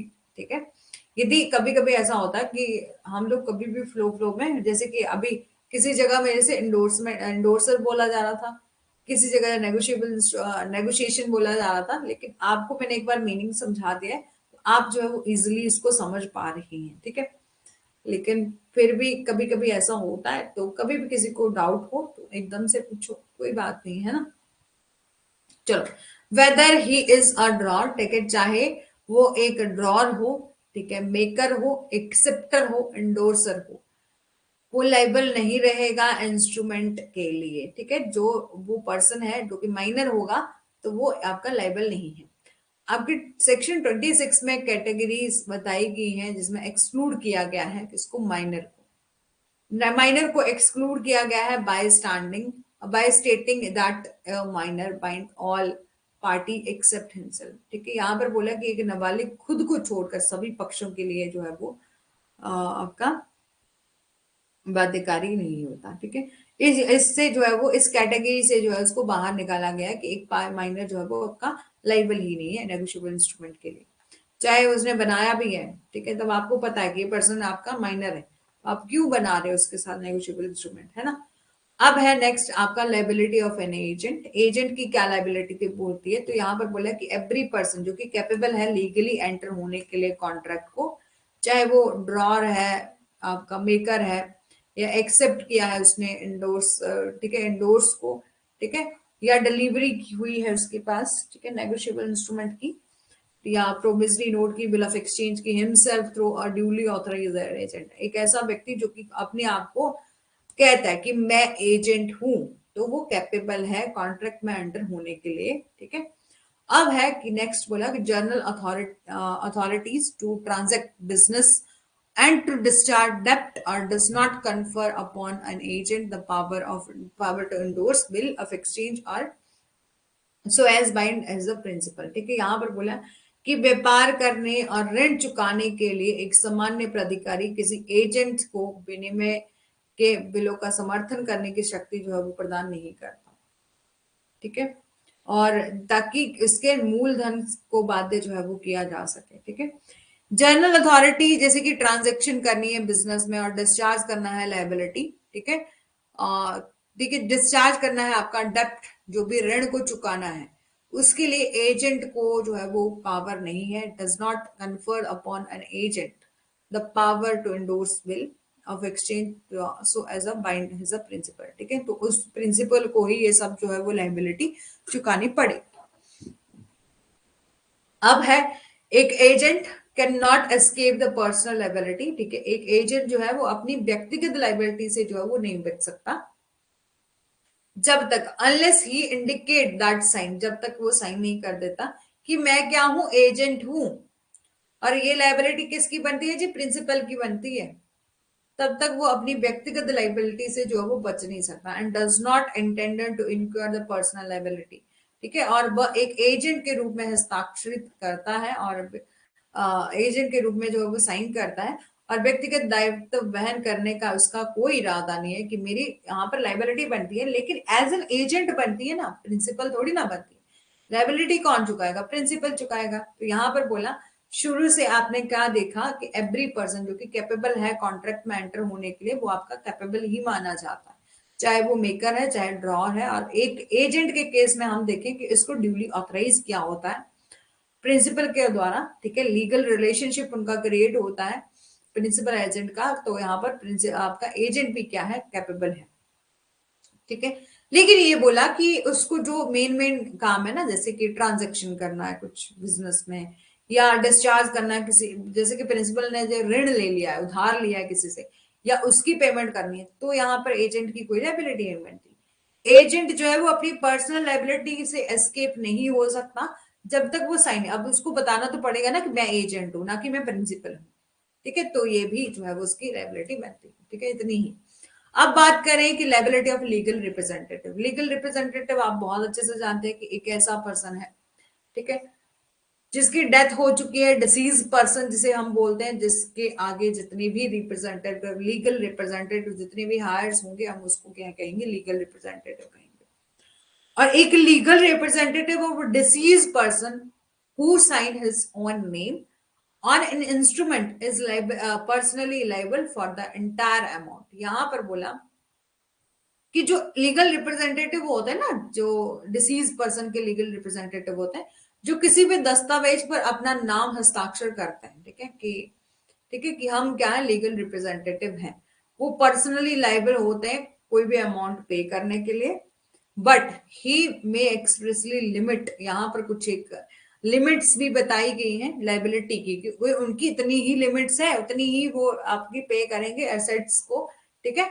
और यहाँ पे बोला कि liability to extend of assets receive by himself as a legal representative, लेकिन उनकी लाइबिलिटी सिर्फ उतनी लिमिटेड रहेगी कि वो एज अ लीगल रिप्रेजेंटेटिव जो है वो उस अमाउंट को रिसीव कर रहे हैं, उस पर्सन के हम जो है वो, इस डिसीज पर्सन के हम लीगल रिप्रेजेंटेटिव हैं, और हम उसको जो है वो रिसीव कर रहे हैं, ठीक है।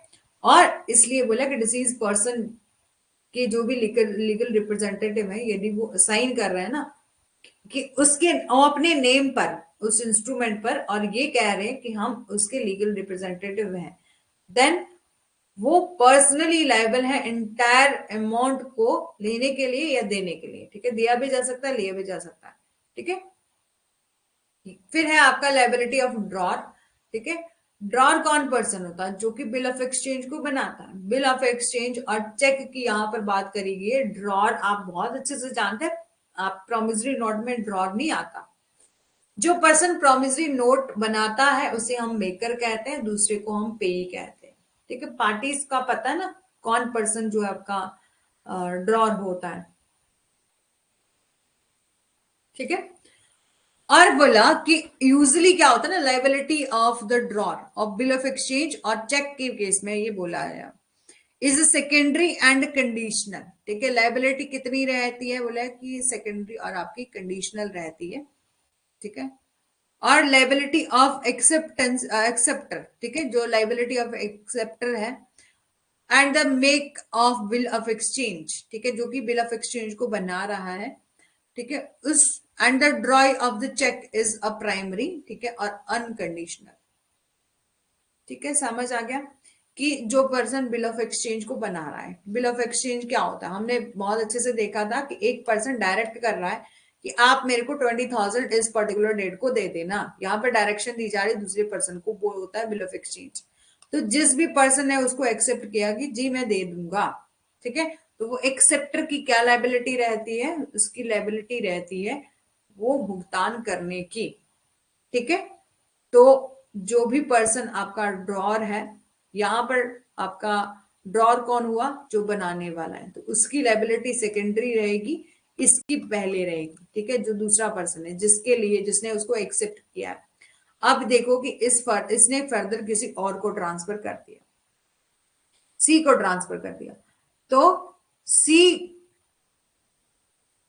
ठीक है, सी को ट्रांसफर कर दिया, तो सी किसके पास जाएगा? बी के पास जाएगा।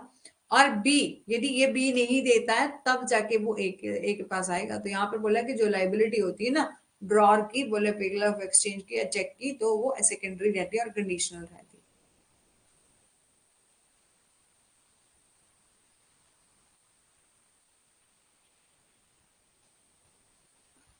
Legal representative is liable to extend of assets, ठीक है, और receive as a legal representative, ठीक है, और रिसीव करता है वो रिप्रेजेंटेटिव की तरह कि वो उसका डिसीज पर्सन का लीगल रिप्रेजेंटेटिव है, ठीक है। अब समझ आ गया। फिर बोला कि ड्रॉर की लायबिलिटी जो है वो कंडीशनल भी हो सकती है, ठीक है, कि यदि, ठीक है, यदि it arise only the in the event of dishonour by the ड्रॉई और एक्सेप्टर। अब देखो कि हमने बोला ये बिल ऑफ एक्सचेंज जो है वो ए ने बनाया, ये तो आपका ड्रॉर, ड्रॉर ने तो पेमेंट लेना था, ठीक है, पे तो कोई तीसरा पर्सन, फिर ये किसी और को भेज देता है, यहाँ पर तीन पार्टीज होती हैं, ठीक है, ये किसी और को दे देता है, तो ये इसे हम पे कहते हैं। तो ये कहता है कि ये बी ने बिल ऑफ एक्सचेंज को एक्सेप्ट किया था, मैंने तो बनाया है, ठीक है, कि आप यहाँ पर बी को बोला है कि बी साहब आप जो है वो पेमेंट कर देना, ठीक है, 20,000 की इस पर्टिकुलर डेट को, ठीक है। तो बोला कि बी ने बोला कि ठीक है कर दूंगा, इसलिए तो उसने साइन करा ना नीचे। तो ए ने क्या करा? उस बिल ऑफ एक्सचेंज को सी को दे दिया। तो यदि सी किसके पास जाएगा? वो उस पर्सन के पास जाएगा, बी के पास। यदि बी भी नहीं चुकाता तब जाके उसकी लायबिलिटी बनती है, ठीक है। यहां पर बोला कि ड्रॉर की लायबिलिटी जो है वो कंडीशनल रहती है कि यदि इन केस किसी इवेंट में या किसी भी तरह से डिसऑनर कर गया बाय द ड्रॉय, जो एक्सेप्टर था उसने जो है वो पेमेंट देने से मना कर दिया, तब सी जो है किसके पास जाएगा? ए के पास जाएगा। समझ आ गया? जितने भी स्टूडेंट है जो कि शुरू से क्लासेस अटेंड कर रहे हैं, ठीक है, तो उनको कोई प्रॉब्लम नहीं आएगी। जिन भी लोगों ने समझा है एक एक पॉइंट को, हमने बिल ऑफ एक्सचेंज को बहुत डिटेल में डिस्कस किया था, ठीक है, तो एक एक पॉइंट को जिसने भी समझा है उसको कोई प्रॉब्लम नहीं आएगी, ठीक है।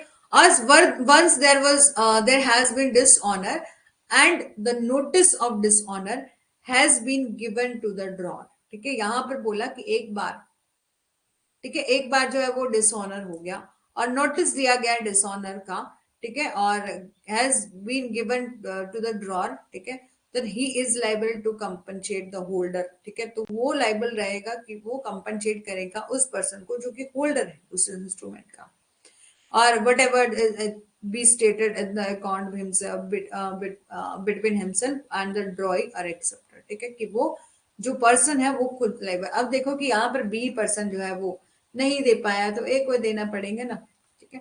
हाँ, ये बाद में जो है ए इससे क्लेम कर सकता है, लेकिन ए को ही देना पड़ेगा, उसकी लाइबिलिटी सिर्फ उसकी है। फिर है liability of drawing bank of cheque. Bank cheque के केस में देख लिया, ठीक है, कि एक wrongful dishonour of customer cheque, यहां पर बोला कि ग्राहक के चेक का गलत तरीके यदि डिसऑनर हो गया वो चेक, ठीक है, तो ठीक है, तो यहां पर बोला कि damage against the banker and amount of damages is inversely related to the amount of cheque dishonour. यदि कभी बात करें कि जब हम अभी नेक्स्ट करेंगे डिसऑनर ऑफ चेक हो जाता है, डिसऑनर ऑफ चेक हो जाता है, तो यहाँ पर उस पर्सन को जो जो कि बैंकर है, बैंकर की लायबिलिटी नहीं होती, बैंकर तो वहां पर लिख के देता है कि ये चेक जो है वो डिसऑनर हो गया क्योंकि इसमें जो है वो इनसफिशिएंट ऑफ फंड है, ठीक है, लेकिन लाइबिलिटी किसकी होती है? दूसरे पर्सन की, जिसने इसको बनाया होता है, जिसने किसी को चेक दिया है, जिसको लेकर वो बैंक में आया है। Liability of ड्रॉई of bill of exchange, ड्रॉई कौन पर्सन होता है? जो कि एक्सेप्ट करता है कि मैं पेमेंट करूंगा, ठीक है, तो एक्सेप्ट जो ये करेगा उसकी क्या लाइबिलिटी रहती है बिल ऑफ एक्सचेंज में? और maker of the promissory note, maker of promissory note और आपके बिल ऑफ एक्सचेंज में ड्रॉई की लाइबिलिटी सेम रहती है।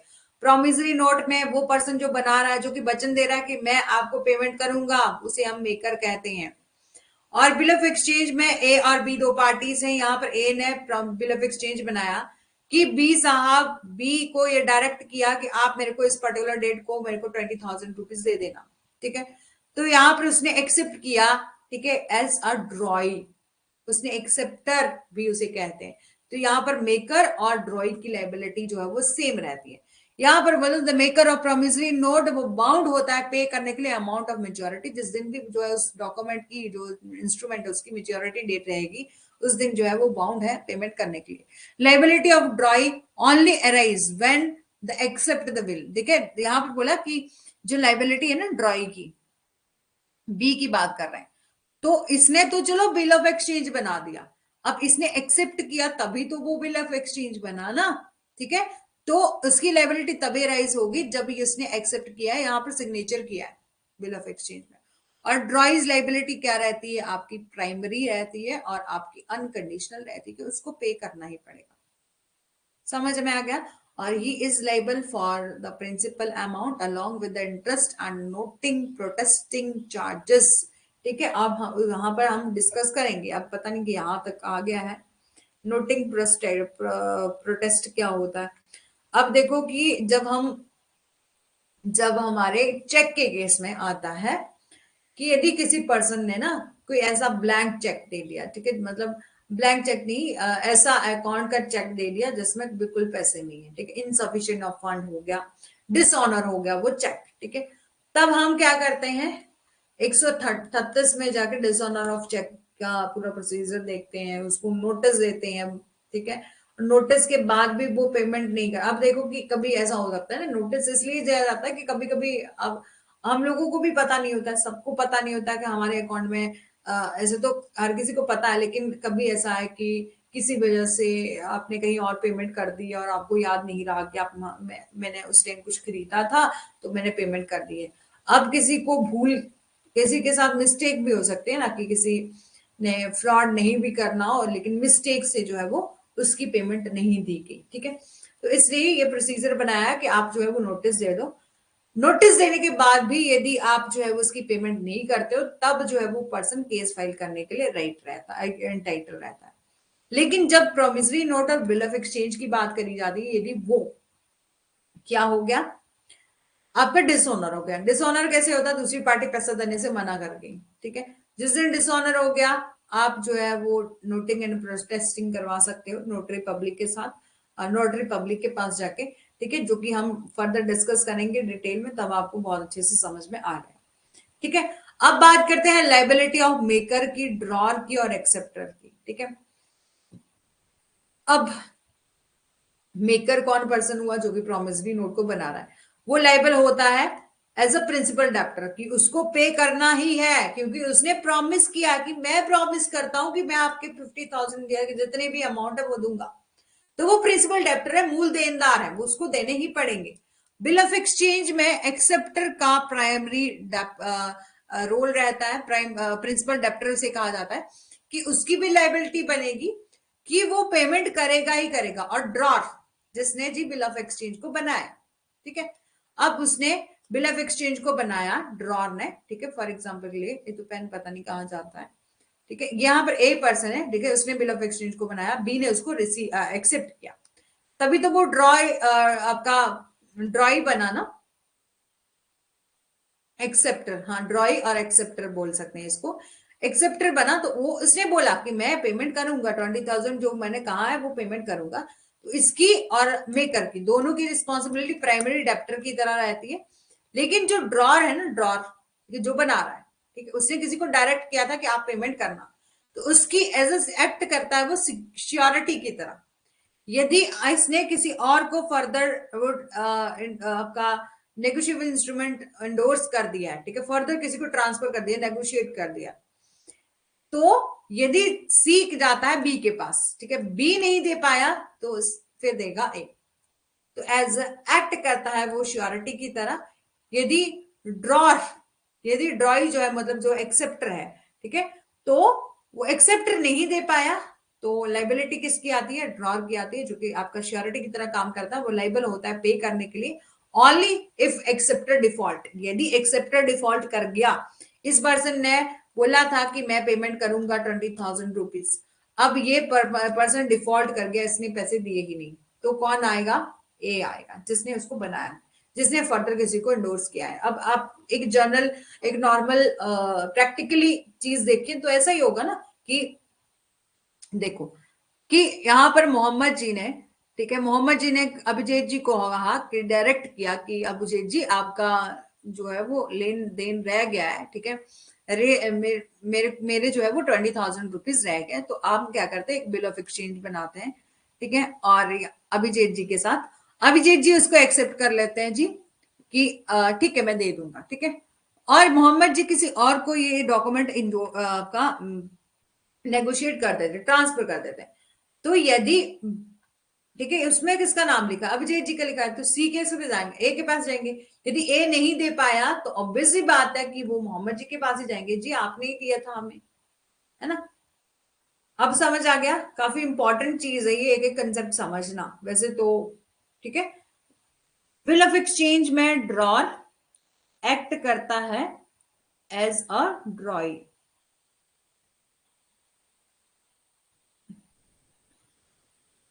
कंफ्यूज क्यों हो रहे हो स्टूडेंट? देखो कि बिल ऑफ एक्सचेंज में ड्रॉर जो है वो एक्ट करता है एज अ श्योरिटी, ठीक है, कि इन केस यदि ड्रॉई जो एक्सेप्टर है वो नहीं दे पाया तो मैं दूंगा, ठीक है, तो श्योरिटी की तरह काम करता है। लेकिन बिल ऑफ एक्सचेंज में जो ड्रॉई होता है, प्रोमिसरी नोट में जो मेकर होता है, वो प्रिंसिपल डेप्टर की तरह काम करता है।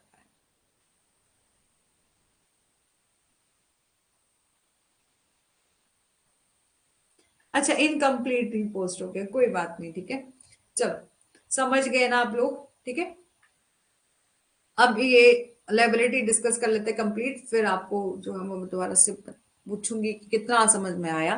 ठीक है, इफेक्ट्स क्या है फोर्स्ड इंडोर्समेंट और एक्सेप्टेड लाइबिलिटी। ठीक है, जब जो है वो स्वीकार करता के दायित्व पर जाली पृष्ठांकन का प्रभाव, यहाँ पर बोला कि फोर्स जो जाली इंडोर्समेंट कर दिया, ठीक है, तो इसका क्या इफेक्ट रहता है? तो एक बिल ऑफ एक्सचेंज में भी एक्सेप्ट, जब एक्सेप्ट किया जाता है तो बिफोर और after endorsement by the pay, ठीक है, एन एक्सेप्टेड और bill of exchange already endorse is not relieved from a liability by reason और that such endorsement is forge. ठीक है, यहाँ पर बोला कि यदि एंडोर्समेंट जो है वो आपका फॉर्ज, जाली तरीके,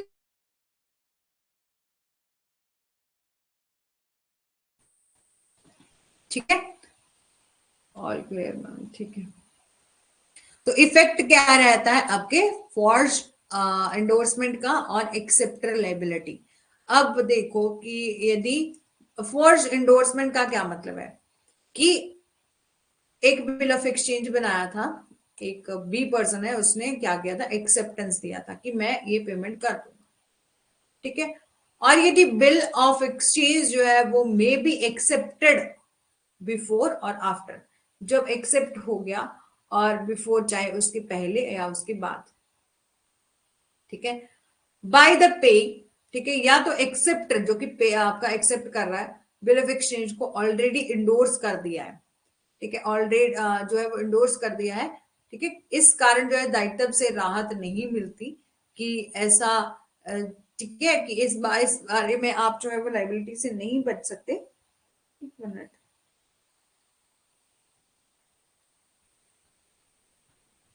ठीक है, एक मिनट, ठीक है, कि ये जो इंडोर्समेंट है आपका फोर्स किया गया, मतलब जाली तरीके से बनाया गया, ठीक है, अब आपने उसको एक्सेप्ट किया था तो आपकी लेबिलिटी जो है वो बनती है।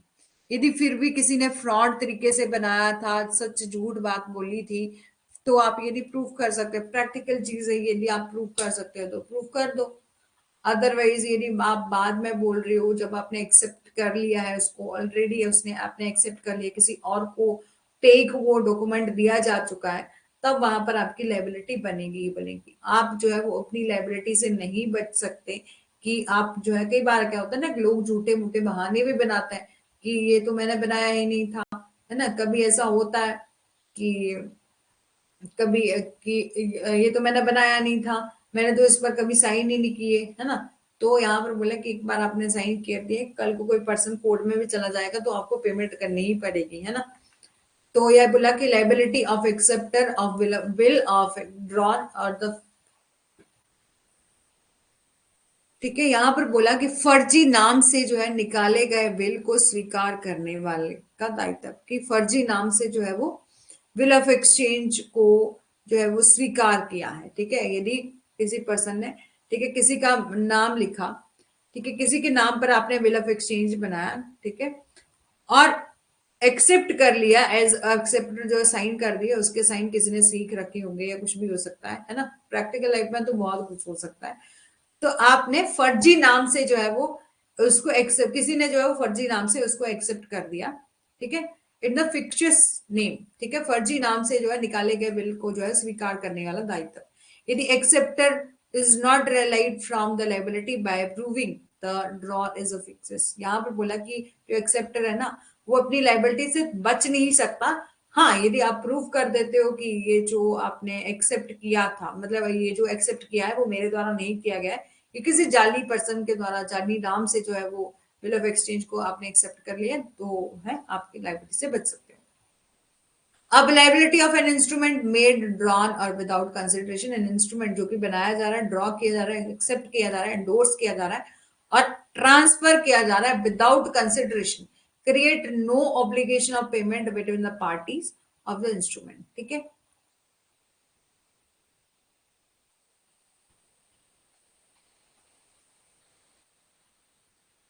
ठीक है, यदि आप बात करो कि उस इंस्ट्रूमेंट में का कोई कंसिडरेशन ही नहीं, विदाउट कंसिडरेशन वो क्रिएट किया गया है, तो कोई भी लाइबिलिटी नहीं बनती पेमेंट करने की between the party to the endorsement, ठीक है।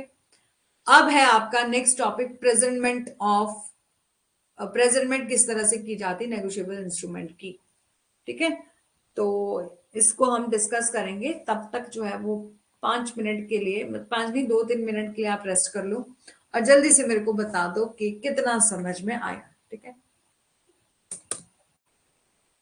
प्रेजेंटमेंट है, उसके बाद मैं आपको बता देती हूँ क्या क्या करना है। रेट ऑफ इंटरेस्ट है, और रेट ऑफ इंटरेस्ट ऐसे ही है कि एक सिर्फ चार्ट है कि, ठीक है, और नहीं कुछ भी, क्योंकि बहुत डिटेल में लेके आती तो बहुत दिन लग जाने ऐसे ही, है ना।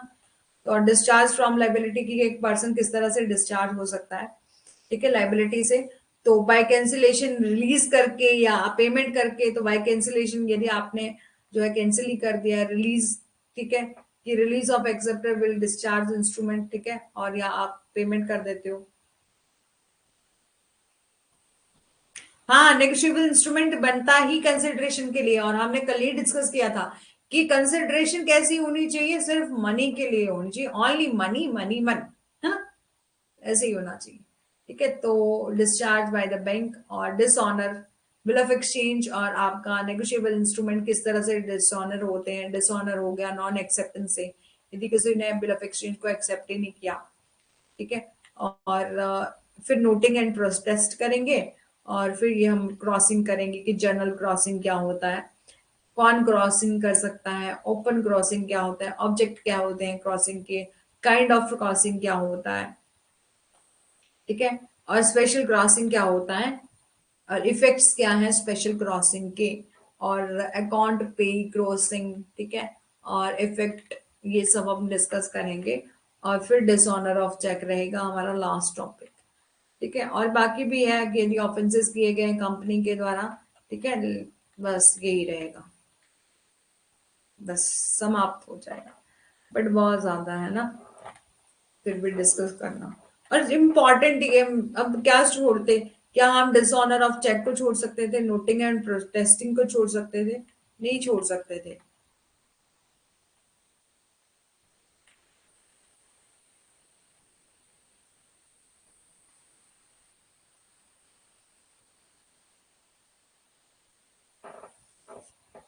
बाकियों को समझ आ गया है, बाकी जितने भी स्टूडेंट हैं समझ आ गया, बताया ही नहीं आप लोगों ने क्या कुछ हमने डिस्कस किया।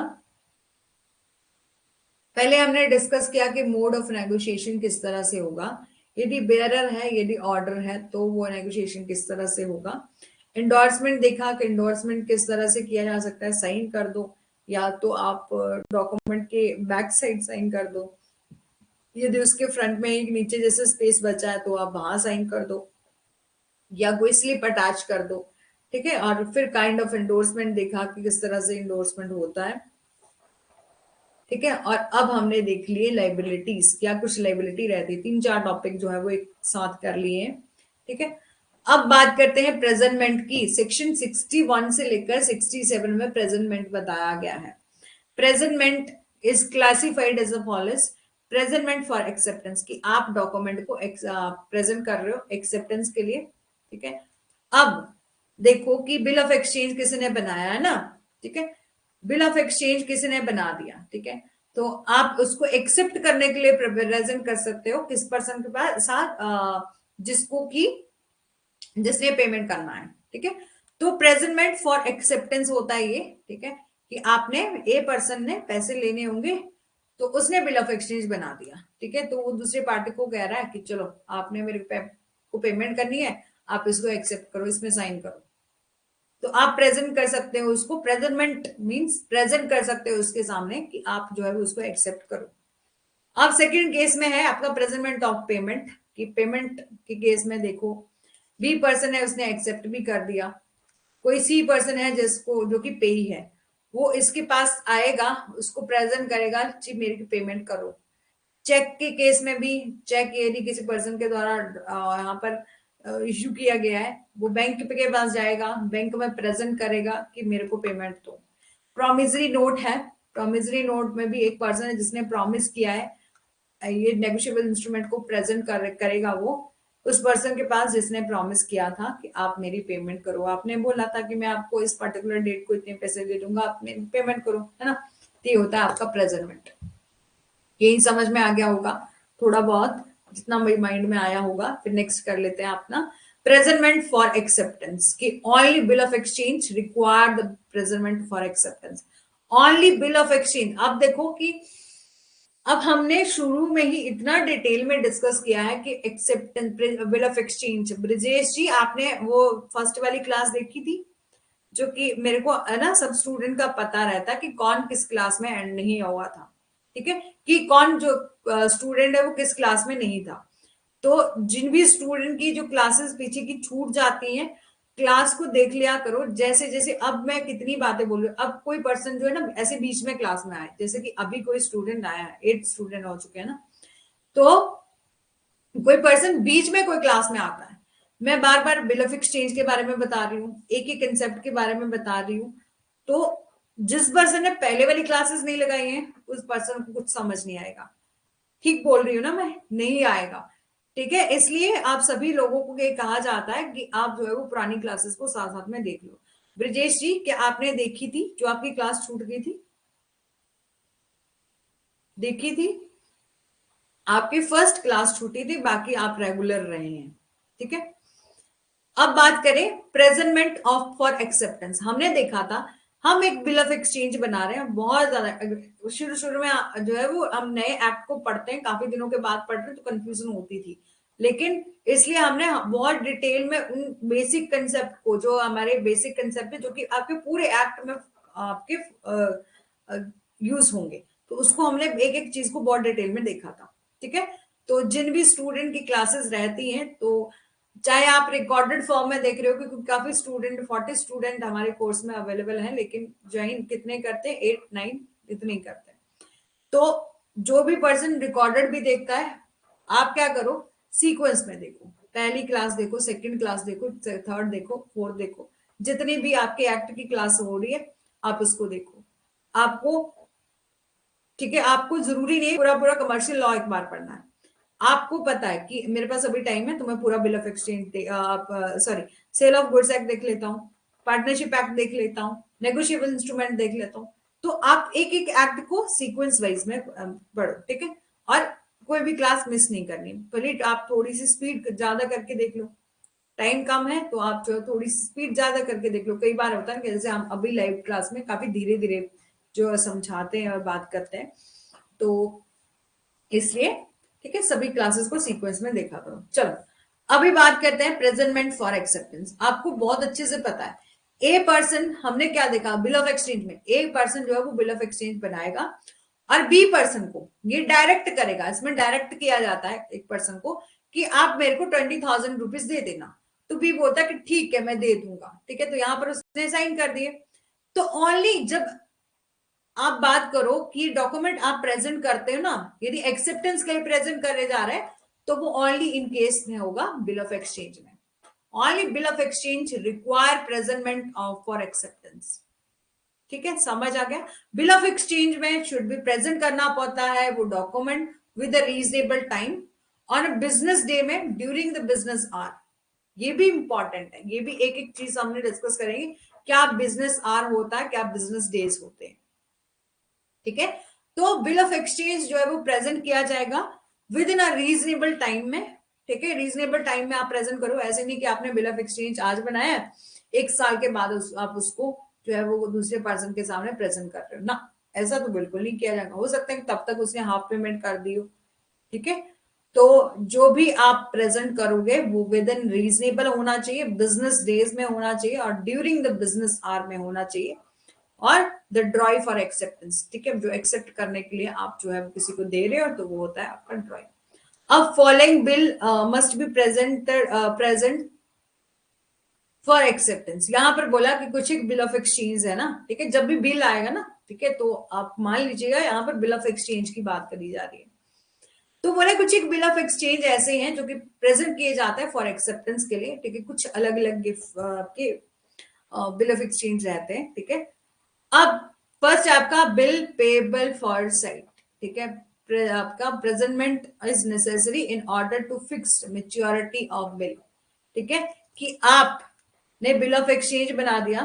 ठीक है, अब आप जो है वो क्या कर रही, ये पेन पता नहीं कहाँ जाता है। देखो कि ये आपने बिल ऑफ एक्सचेंज बना दिया। ठीक है, तो यहां आप ए पर्सन है, ये बी पर्सन को कहता है चलो मैंने बिल ऑफ एक्सचेंज बना दिया, आपको डायरेक्शन दे दी है, आपने आपको डायरेक्ट कर दिया कि आप 20,000 रुपीज पे करोगे। अब आप यहां खुद से फिक्स करो कि आप कितने टाइम में मेरी पेमेंट करोगे। तो जब ये प्रेजेंट किया जाता है, यदि भुगतान की तिथि या डेट ऑफ मेच्योरिटी जो है वो मेंशन करने के लिए, तो ये बिल जो है वो पेबल होता है आफ्टर साइट, कि ये जब मेजोरिटी डेट हो जाएगी, जैसे कि उसने बोल दिया कि मैं 1 नवंबर को जो है वो पेमेंट कर दूंगा, या पेमेंट करने की यहाँ पर डेट मेजोरिटी डेट 1 नवंबर देख ली, उससे पहले जो पार्टी है पैसे लेने वाली वो नहीं जाएगी, वो तभी जाएगी जब ये डेट ऑफ मेजोरिटी जो है वो आपकी खत्म हो, मतलब जो मेच्योर हो जाएगा ये bill of exchange. Express condition, यदि बिल में, ठीक है, there is an express condition shall be presented for acceptance before it is present for payment. ठीक है, यहां पर बोले जिस बिल में स्पष्ट शर्त हो या उसे भुगतान करने के लिए प्रस्तुत करने से पहले जो है उस स्वीकृति के लिए प्रस्तुत किया जाना चाहिए। ठीक है, यदि आपने बोला कि कोई बिल ऑफ एक्सचेंज है जिसमें कोई एक्सप्रेस कंडीशन लगाई गई है, ठीक है, शेल बी प्रेजेंट, जिसके लिए जो उसको प्रेजेंट किया जा रहा है एक्सेप्ट करने के लिए, तो बिफोर एक्सेप्टेंस जो है वो उसको before it present for payment. ठीक है, तो आप उसको पहले स्वीकृति के लिए जो है वो प्रस्तुत करोगे, उसके बाद जो है उसको लिए प्रस्तुत करोगे आप पेमेंट के लिए करोगे। ठीक है, पहले तो आपने जो है उसकी एक्सेप्टेंस ले ली, तभी वो जो है वो आप पेमेंट ले पाओगे ना, यदि आपने वैसे भी पेमेंट लेनी है। ठीक है, तो पहले आप उसको बोल देते हो कि आप पेमेंट करो, करो नहीं कर रहा है ना, तो आप इस बिल ऑफ एक्सचेंज बनाओगे, उसको कहोगे कि आप जो है वो इस पर साइन कर दो। ठीक है, तब आपके पास एक वैलिड प्रूफ हो जाएगा कि इसने मेरी पेमेंट करनी है, उसको देनी ही पड़ेगी। In case it is not presented for acceptance, ठीक है, यदि इसे एक्सेप्टेंस के लिए प्रेजेंट नहीं किया जाता तो ये आपका बिल ऑफ एक्सचेंज जो है वो क्या हो जाता है, ड्यू डिसऑनर हो जाता है, और ड्यू टू नॉन एक्सेप्टेंस और नॉट पार्टी इज लाइबल, और इसमें कोई भी पार्टी जो है वो आपकी लाइबल नहीं होती, कोई भी पक्ष उत्तरदायी नहीं। जब दूसरे पर्सन ने एक्सेप्ट ही नहीं किया तो वो उत्तरदायी कैसे होगा।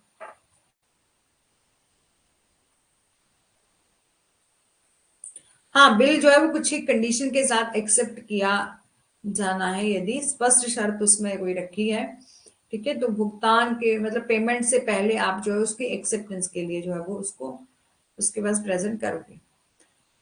अब बोला कि bill of exchange should be presented for हुम फॉर एक्सेप्टेंस, ठीक है। यहां पर बोला कि जो बिल ऑफ एक्सचेंज है स्वीकृति के लिए किसके समक्ष प्रस्तुत किया जाएगा। तो आप बहुत अच्छे से जानते हैं कि हम एक्सेप्टेंस के लिए किसके सामने प्रेजेंट करेंगे। तो बहुत अच्छे से हम लोगों को पता है कि हम उस पर्सन के सामने ही जो है वो प्रेजेंट करेंगे ना, जिस पर्सन को यहाँ पर डायरेक्शन दी गई है कि आप हमारी पेमेंट करो 20,000 रुपीज इतने टाइम में, या तो आप खुद डिसाइड करो या हम डिसाइड करते हैं, आप यहाँ पर साइन करो। तो जिससे पेमेंट लेनी है या जिससे आपने एक्सेप्टेंस, आप जिससे पेमेंट लेने वाले हो, वही तो ड्रॉई होगा ना, वही तो अपनी एक्सेप्टेंस देगा। तो ड्रॉई ड्रॉई के सामने आप प्रेजेंट करोगे, या इसका कोई एजेंट भी हो सकता है जिसको उसने ऑथराइज किया है कि मेरे बिहाफ पर आप काम कर रहे हो। और इफ एनी पर्सन में ड्रॉई, ठीक है, यदि इफ एक minute, if there are many drawee, ठीक है, यहां पर उस पर्सन ने बहुत ज्यादा लोगों से जो है वो पैसे लेने हैं, ठीक है, मतलब अलग अलग पर्सन से, और एक ही बिल ऑफ एक्सचेंज बनाया। तो बोला है कि देर आर मेनी ड्रॉई, यदि बहुत ज्यादा ड्रॉई है तो बिल एक्सचेंज जो है वो प्रेजेंट किया जाएगा सभी के, ठीक है। उसने भी एक ही बिल ऑफ एक्सचेंज बनाया और ये बोला कि मेरे को इस पर्सन से इतने पैसे लेने हैं, दूसरे पर्सन से इतने लेने हैं, तीसरे से इतने लेने हैं, और एक ही बिल ऑफ एक्सचेंज बनाया।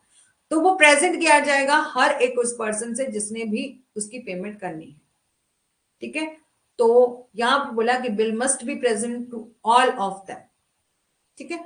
और यदि लीगल रिप्रेजेंटेटिव है of the drawee, if the drawee is dead, यदि ड्रॉई जो है वो आपका डेड हो चुका है, तो आप उसके लीगल रिप्रेजेंटेटिव के पास भी जो एक्सेप्टेंस के लिए जो बिल ऑफ एक्सचेंज को प्रेजेंट कर सकते हो।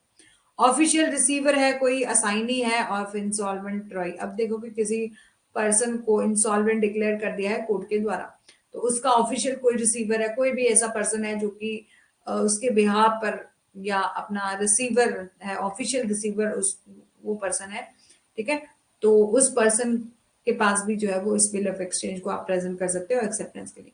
और to a drawee in case of need, if there is any, ठीक है, जरूरत पड़ने पर अदाकर्ता को यदि हो, ठीक है, यदि कोई इन केस ऑफ नीड जरूरत पड़ने पर कोई ड्रॉई हो, तो आप जो है वो उसके पास प्रेजेंट कर दोगे, और एक्सेप्टर्स फॉर डिसऑनर, ठीक है। अब टाइम क्या रहेगा, ड्रॉई ड्रॉई कौन पर्सन है जो कि एक्सेप्ट कर रहा है फॉर डिलीबरेशन, ठीक है। तो आप बात करें कि ड्रॉई क्या टाइम रहेगा, किस करने क्या करने के लिए टाइम रहेगा फॉर डेलिब्रेशन। तो यहां पर बोला कि holder of the bill of exchange should allow 48 hour to the drawee for accepting the bill of exchange, ठीक है। जो होल्डर है ऑफ बिल का, ठीक है, बिल ऑफ एक्सचेंज का, उसको अलाउ किया जाता है कि, ठीक है, यहाँ पे बोले विनिमय बिलों के धारक को विनिमय बिल को स्वीकार करने के लिए अदाकर्ता को 48 आवर का जो है वो समय देना चाहिए, ठीक है। कितना टाइम दिया जाएगा, 48 आवर जो है वो टाइम दिया जाएगा, ठीक है। प्रेजेंटमेंट फॉर पेमेंट की बात करें तो promissory note, bill of exchange and cheque must भी प्रेजेंट किए जाएंगे पेमेंट टू द मेकर, ठीक है, कि पेमेंट के लिए आप प्रेजेंट कर रहे हो। अब देखो कि हमने क्या डिस्कस किया पहले, एक्सेप्टेंस के लिए आप जब प्रेजेंट कर रहे हो, बिल ऑफ एक्सचेंज के केस में ही जो है आपकी एक्सेप्टेंस होगी। फिर हमने डिस्कस किया कि क्या कुछ फॉलोइंग बिल्स हो, किस किस चीज के लिए आप जो है प्रेजेंट कर सकते हो, यदि कोई आपने पेमेंट के लिए जो है वो अपना प्रेजेंट करना है, मतलब आप जो है वो बिल ऑफ एक्सचेंज को बना रहे हो, तो आप उसमें फिक्स करोगे मेच्योरिटी डेट, किस दिन को आप पैसे दोगे, ठीक है। ये सब कुछ अलग अलग हमने देख लिया। फिर हमने देखा कि किस पर्सन के सामने हम जो है वो इस बिल को प्रेजेंट कर सकते हैं एक्सेप्टेंस के लिए, और फिर देखा कि ड्रॉई के पास कितना टाइम रहता है उसको एक्सेप्ट करने के लिए, तो 48 आवर है उसने बताया, ठीक है। यहां तक समझ आ गया, किसी को कोई डाउट है तो जल्दी से बताओ। फिर एक दोबारा से एक नेक्स्ट कंसेप्ट हम देखेंगे प्रेजेंटमेंट फॉर पेमेंट के लिए। पेमेंट के लिए तो आप बिल ऑफ एक्सचेंज को भी प्रेजेंट कर सकते हैं, प्रॉमिसरी नोट को भी कर सकते हैं, और चेक को भी कर सकते हैं। एक्सेप्टेंस के लिए ओनली क्या था कि आप बिल ऑफ एक्सचेंज को आप प्रेजेंट करोगे। अब देखो कि यदि बिल ऑफ एक्सचेंज आपने बनाया और वो प्रेजेंट ही नहीं हुआ, तब दूसरी सॉरी वो एक्सेप्ट ही नहीं हुआ। ठीक है,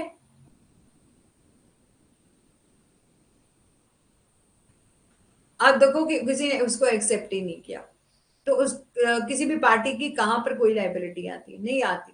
ठीक है, लेकिन पेमेंट के लिए जो है वो बिल ऑफ एक्सचेंज को भी प्रेजेंट किया जा सकता है, और प्रोमिसरी नोट को भी और चेक को भी, क्योंकि पेमेंट तो सब में चाहिए।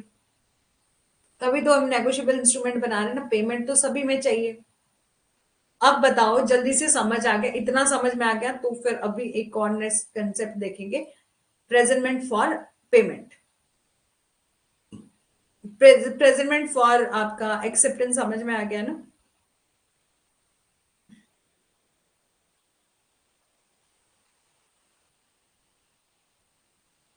ठीक है, जल्दी जल्दी बताओ। हाँ, यदि बिल ऑफ एक्सचेंज को एक्सेप्ट नहीं किया गया है, ठीक है, तो कोई भी लाइबिलिटी नहीं बनती किसी पार्टी के द्वारा। ठीक है, अब बात करें कि प्रेजेंटमेंट फॉर पेमेंट। यदि कोई डाउट है, रेखा जी, ललिता जी, ब्रजेश जी, अभिजीत जी, दीपमाला जी, तो बता सकते हैं। ठीक है, फ्री होके आप पूछ सकते हैं अभी अभी तक। ठीक है, तो क्योंकि फिर अभी आपने हम नया कंसेप्ट डिस्कस करने लग पड़े ना, तो फिर बार बार जो है वो डिस्कस करना थोड़ा मुश्किल हो जाता है, इसलिए अभी अभी बता दिया करो। ठीक है, क्लैरिटी क्लैरिटी। ठीक है, हाँ, मैं ये तो कह रही हूँ कि जिन जिन स्टूडेंट ने शुरू से क्लासेस अटेंड करी है ना, उनको जो है वो समझ आ जाएगा कि बिल ऑफ एक्सचेंज हमने बनाया ही किस तरह से था। अब जब कंप्लीट ही तब माना जाएगा जब उसमें आपकी एक्सेप्टेंस हो जाएगी। तो एक्सेप्टेंस के लिए भी जो है वो प्रेजेंट किया जाता है बिल ऑफ एक्सचेंज। अब बात करें पेमेंट, प्रेजेंटमेंट की जा रही है पेमेंट लेने के लिए। अब प्रोमिसरी नोट है, बिल ऑफ एक्सचेंज है और चेक है, ये प्रेजेंट किया जा रहा है किसके लिए? पेमेंट के लिए। तो मेकर के सामने अब पार्टीज देखो, पार्टीज याद आ रही है ना, कौन कौन सी पार्टीज थी? मेकर, पे। ठीक है, तो मेकर और पे ही था आपका प्रोमिसरी नोट में। ठीक है, और दूसरे केस में अब बिल ऑफ एक्सचेंज में देखो, बिल ऑफ एक्सचेंज में कौन कौन सी पार्टी थी? एक पर्सन था ड्रॉर। ठीक है, एक पर्सन था ड्रॉर, दूसरा पर्सन था ड्रॉई, और तीसरा था पे। ठीक है, और चेक के केस में कौन था? एक पर्सन था। ठीक है, मतलब जो भी पर्सन जिसने पेमेंट लेनी है, वो उस पर्सन के पास जाएगा जिसने पेमेंट देनी है। तो बिल ऑफ प्रोमिसरी नोट के केस में जो है वो कौन पेमेंट देगा? मेकर देगा, जिसने बिल ऑफ आपका प्रोमिसरी नोट बनाया है। बिल ऑफ एक्सचेंज का पेमेंट कौन देगा? एक्सेप्टर देगा, जिसने एक्सेप्ट किया है।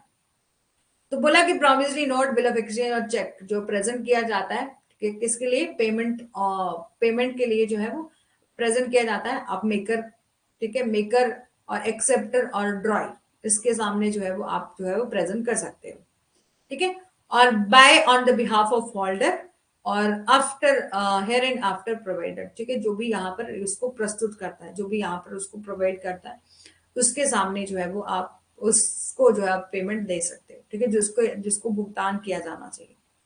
तो बोला कि in default such presentment on the other parties hereto are not liable hereon such holder. ठीक है, यहाँ पर बोला कि यदि ऐसी प्रस्तुति में कोई चूक होने पर अन्य पक्ष ऐसे धारक के प्रति जो है वो उत्तरदायी नहीं है। यदि आपने किसी को प्रेजेंट ही नहीं किया है, कि आपके पास कोई बिल ऑफ एक्सचेंज है, या आपके पास कोई प्रॉमिसरी नोट है, यदि आपने उसको प्रेजेंट ही नहीं किया, तो दूसरे पर्सन की कोई लाइबिलिटी नहीं होती।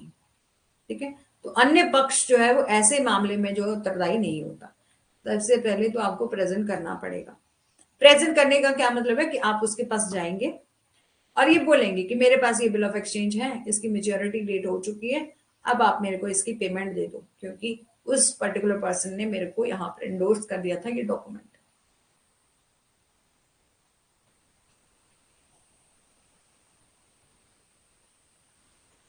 ठीक है, जैसे बिल ऑफ एक्सचेंज में होता है ना, वैसे ही चेक की पार्टीज रहती है। बिल ऑफ एक्सचेंज में भी ड्रॉर कौन होता है? वो बना रहा है। ठीक है, लेकिन वहां पर वो खुद से एक्सेप्टेंस देने की जरूरत नहीं होती चेक के केस में। और ड्रॉई क्या होता है? बैंक। ठीक है, जो कि पेमेंट करता है। और पे कौन होता है? जिसके पास जो चेक रहता है। ठीक है, अब बात करें हार्ड्स ऑन फॉर प्रेजेंटमेंट की, क्या कुछ पर्टिकुलर आपके कितने टाइम में जो है वो प्रेजेंट करना पड़ता है, और कितने टाइम में आपने प्रेजेंट कर दिया है तो आप जो है वो उसकी पेमेंट ले सकते हो। तो presentment for payment must be made during the usual hour. ठीक है, आपको बिजनेस आवर में जो है वो क्या करना पड़ेगा, प्रेजेंट करना पड़ेगा वो प्रेजेंटमेंट के लिए बिल ऑफ जो भी नेगोशिएबल इंस्ट्रूमेंट आपके पास है।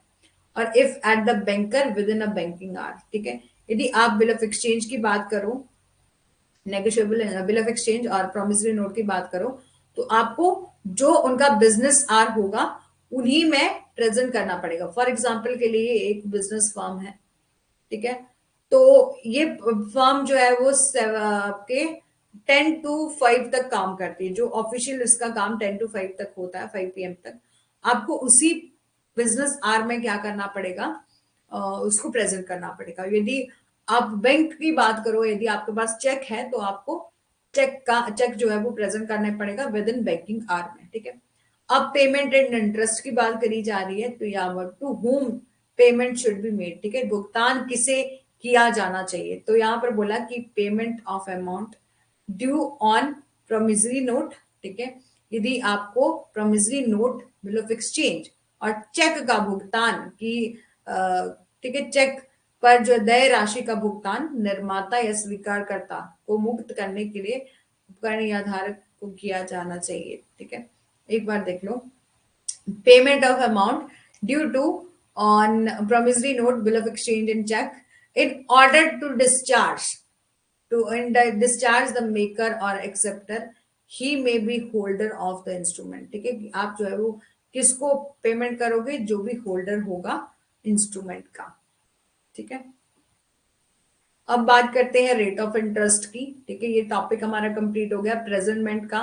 प्रेजेंटमेंट आप 2 टाइप की करते हो, बिल ऑफ एक्सचेंज में आप एक्सेप्टेंस के लिए भी प्रेजेंट करते हो और पेमेंट लेने के लिए भी, लेकिन बाकी प्रोमिसरी नोट में, चेक में जो है वो आप प्रेजेंटमेंट करते हो।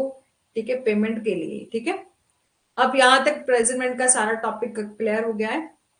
ठीक है, प्रेजेंटमेंट का सारा टॉपिक क्लियर हो गया होगा, तो नेक्स्ट चलते हैं रेट ऑफ इंटरेस्ट कितना रहता है, where the interest rate is specified किया गया है इंस्ट्रूमेंट में। ठीक है, कि आप नेगोशिएबल इंस्ट्रूमेंट, जैसे कि यदि कोई आपने प्रोमिसरी नोट बनाया, ठीक है, फॉर एग्जांपल के लिए प्रोमिसरी नोट बना दिया कि मैं आज से 2 साल के अंदर जो है वो आपकी पेमेंट कंप्लीट करूंगा। ठीक है, और यदि मैं नहीं वैसे तो नहीं कर पाया, नहीं बात होगी, लेकिन मैं आपको वचन देता हूं कि मैं 2 ईयर में जो है आपकी पेमेंट जो है वो कंप्लीट पे कर दूंगा, जितना भी 2 लाख रुपीज या जो भी अमाउंट आपका है। और इसके साथ साथ, ठीक है, 1 ईयर तक जो मैं आपको पेमेंट कर दूंगा, साथ ही साथ यदि 1 ईयर से ज्यादा चला जाता है तो 2 ईयर में मैंने यहाँ पर वचन दिया कि मैं इसकी पेमेंट करूंगा, तो आप उसके साथ इंटरेस्ट के तौर पर, ठीक है, एवरी मंथ 1000 रुपीज जो है वो ब्याज का जो है वो लेने के हकदार रहेंगे। यदि वेयर इंटरेस्ट रेट जो है वो स्पेसिफाई किया गया, यदि मेंशन किया गया, बिल ऑफ एक्सचेंज के मामले में भी बिल ऑफ एक्सचेंज में लिख दिया कि आपको डायरेक्ट किया जाता है, आपको ऑर्डर दिया जा रहा है कि आप जो है वो 2 लाख रुपीज जो है वो मेरे को, ठीक है, 2 ईयर में जो है वो देंगे। साथ ही साथ हर मंथ आप जो है वो क्या करोगे, विद इन 3 मंथ के बाद जो है वो आपको इंटरेस्ट लग जाएगा, मतलब इंटरेस्ट ब्याज देना पड़ेगा एवरी मंथ जो है वो 10%। ठीक है, 10% जो अमाउंट है आप जो है वो ब्याज का मेरे को दोगे। ठीक है, तो यहां पर बोले जहां पर आपके मतलब इंस्ट्रूमेंट के साथ कोई इंटरेस्ट रेट, ब्याज की दर जो है वो आपकी स्पेसिफाई करी गई है। ठीक है, देन रेट जो भी स्पेसिफाइड किया गया है वो भी कंसिडर किया जाएगा रेट ऑफ इंटरेस्ट के लिए। और जहां पर यदि स्पेसिफाई नहीं की गई है तो आप 18%, यहाँ पर 18% लिखा ना, 18% पर एनम की बात करेंगे पूरे ईयर में, जो है वो आपका जितना भी पेमेंट है, जितना भी आपका अमाउंट है उसका 18% के हिसाब से जो है वो आप उससे इंटरेस्ट रेट जो है वो ले सकते हो। ठीक है, समझ आ गया, इतना ही जानना जरूरी है। बहुत यदि डिटेल में बनाती तो बहुत ज्यादा लंबा हो जाता है। ठीक है, लेकिन इतना इंपॉर्टेंट है कि यदि डिसाइड कर दिया है तो उस डिसाइड अमाउंट पर इंटरेस्ट दिया जाएगा। यदि डिसाइड नहीं किया है तो 18% पर एनम, जितना भी अमाउंट का आपका 18% बनता है वो आपको दिया जाएगा। ठीक है, अब है कि डिस्चार्ज फ्रॉम लाइबिलिटी। यहां पर बोला कि थोड़ा सा देख लेते हैं फिर समाप्त करते हैं अपनी क्लास को।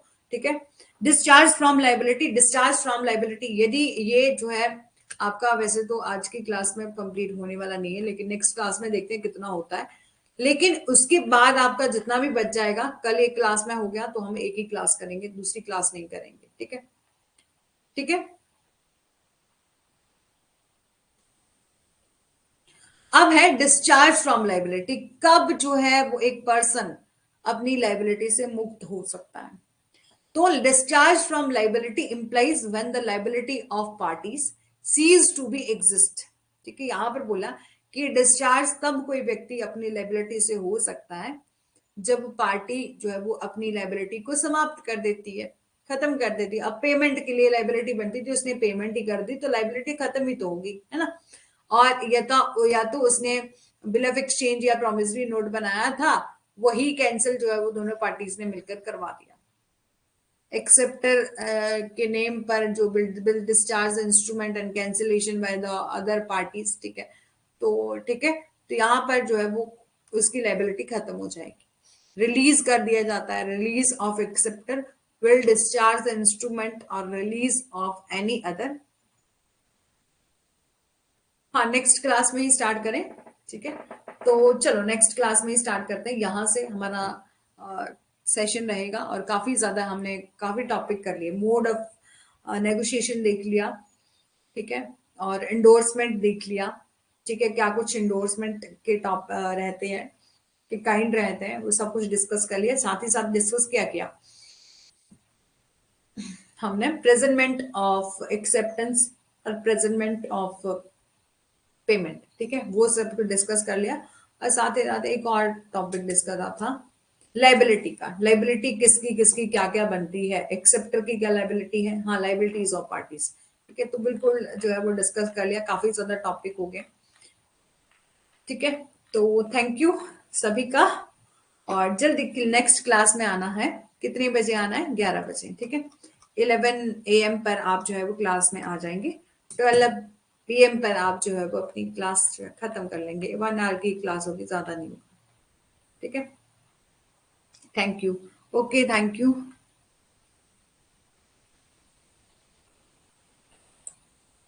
चलो, जो भी आपको काम करना है, रेस्ट करना है, कर लो, फिर आना।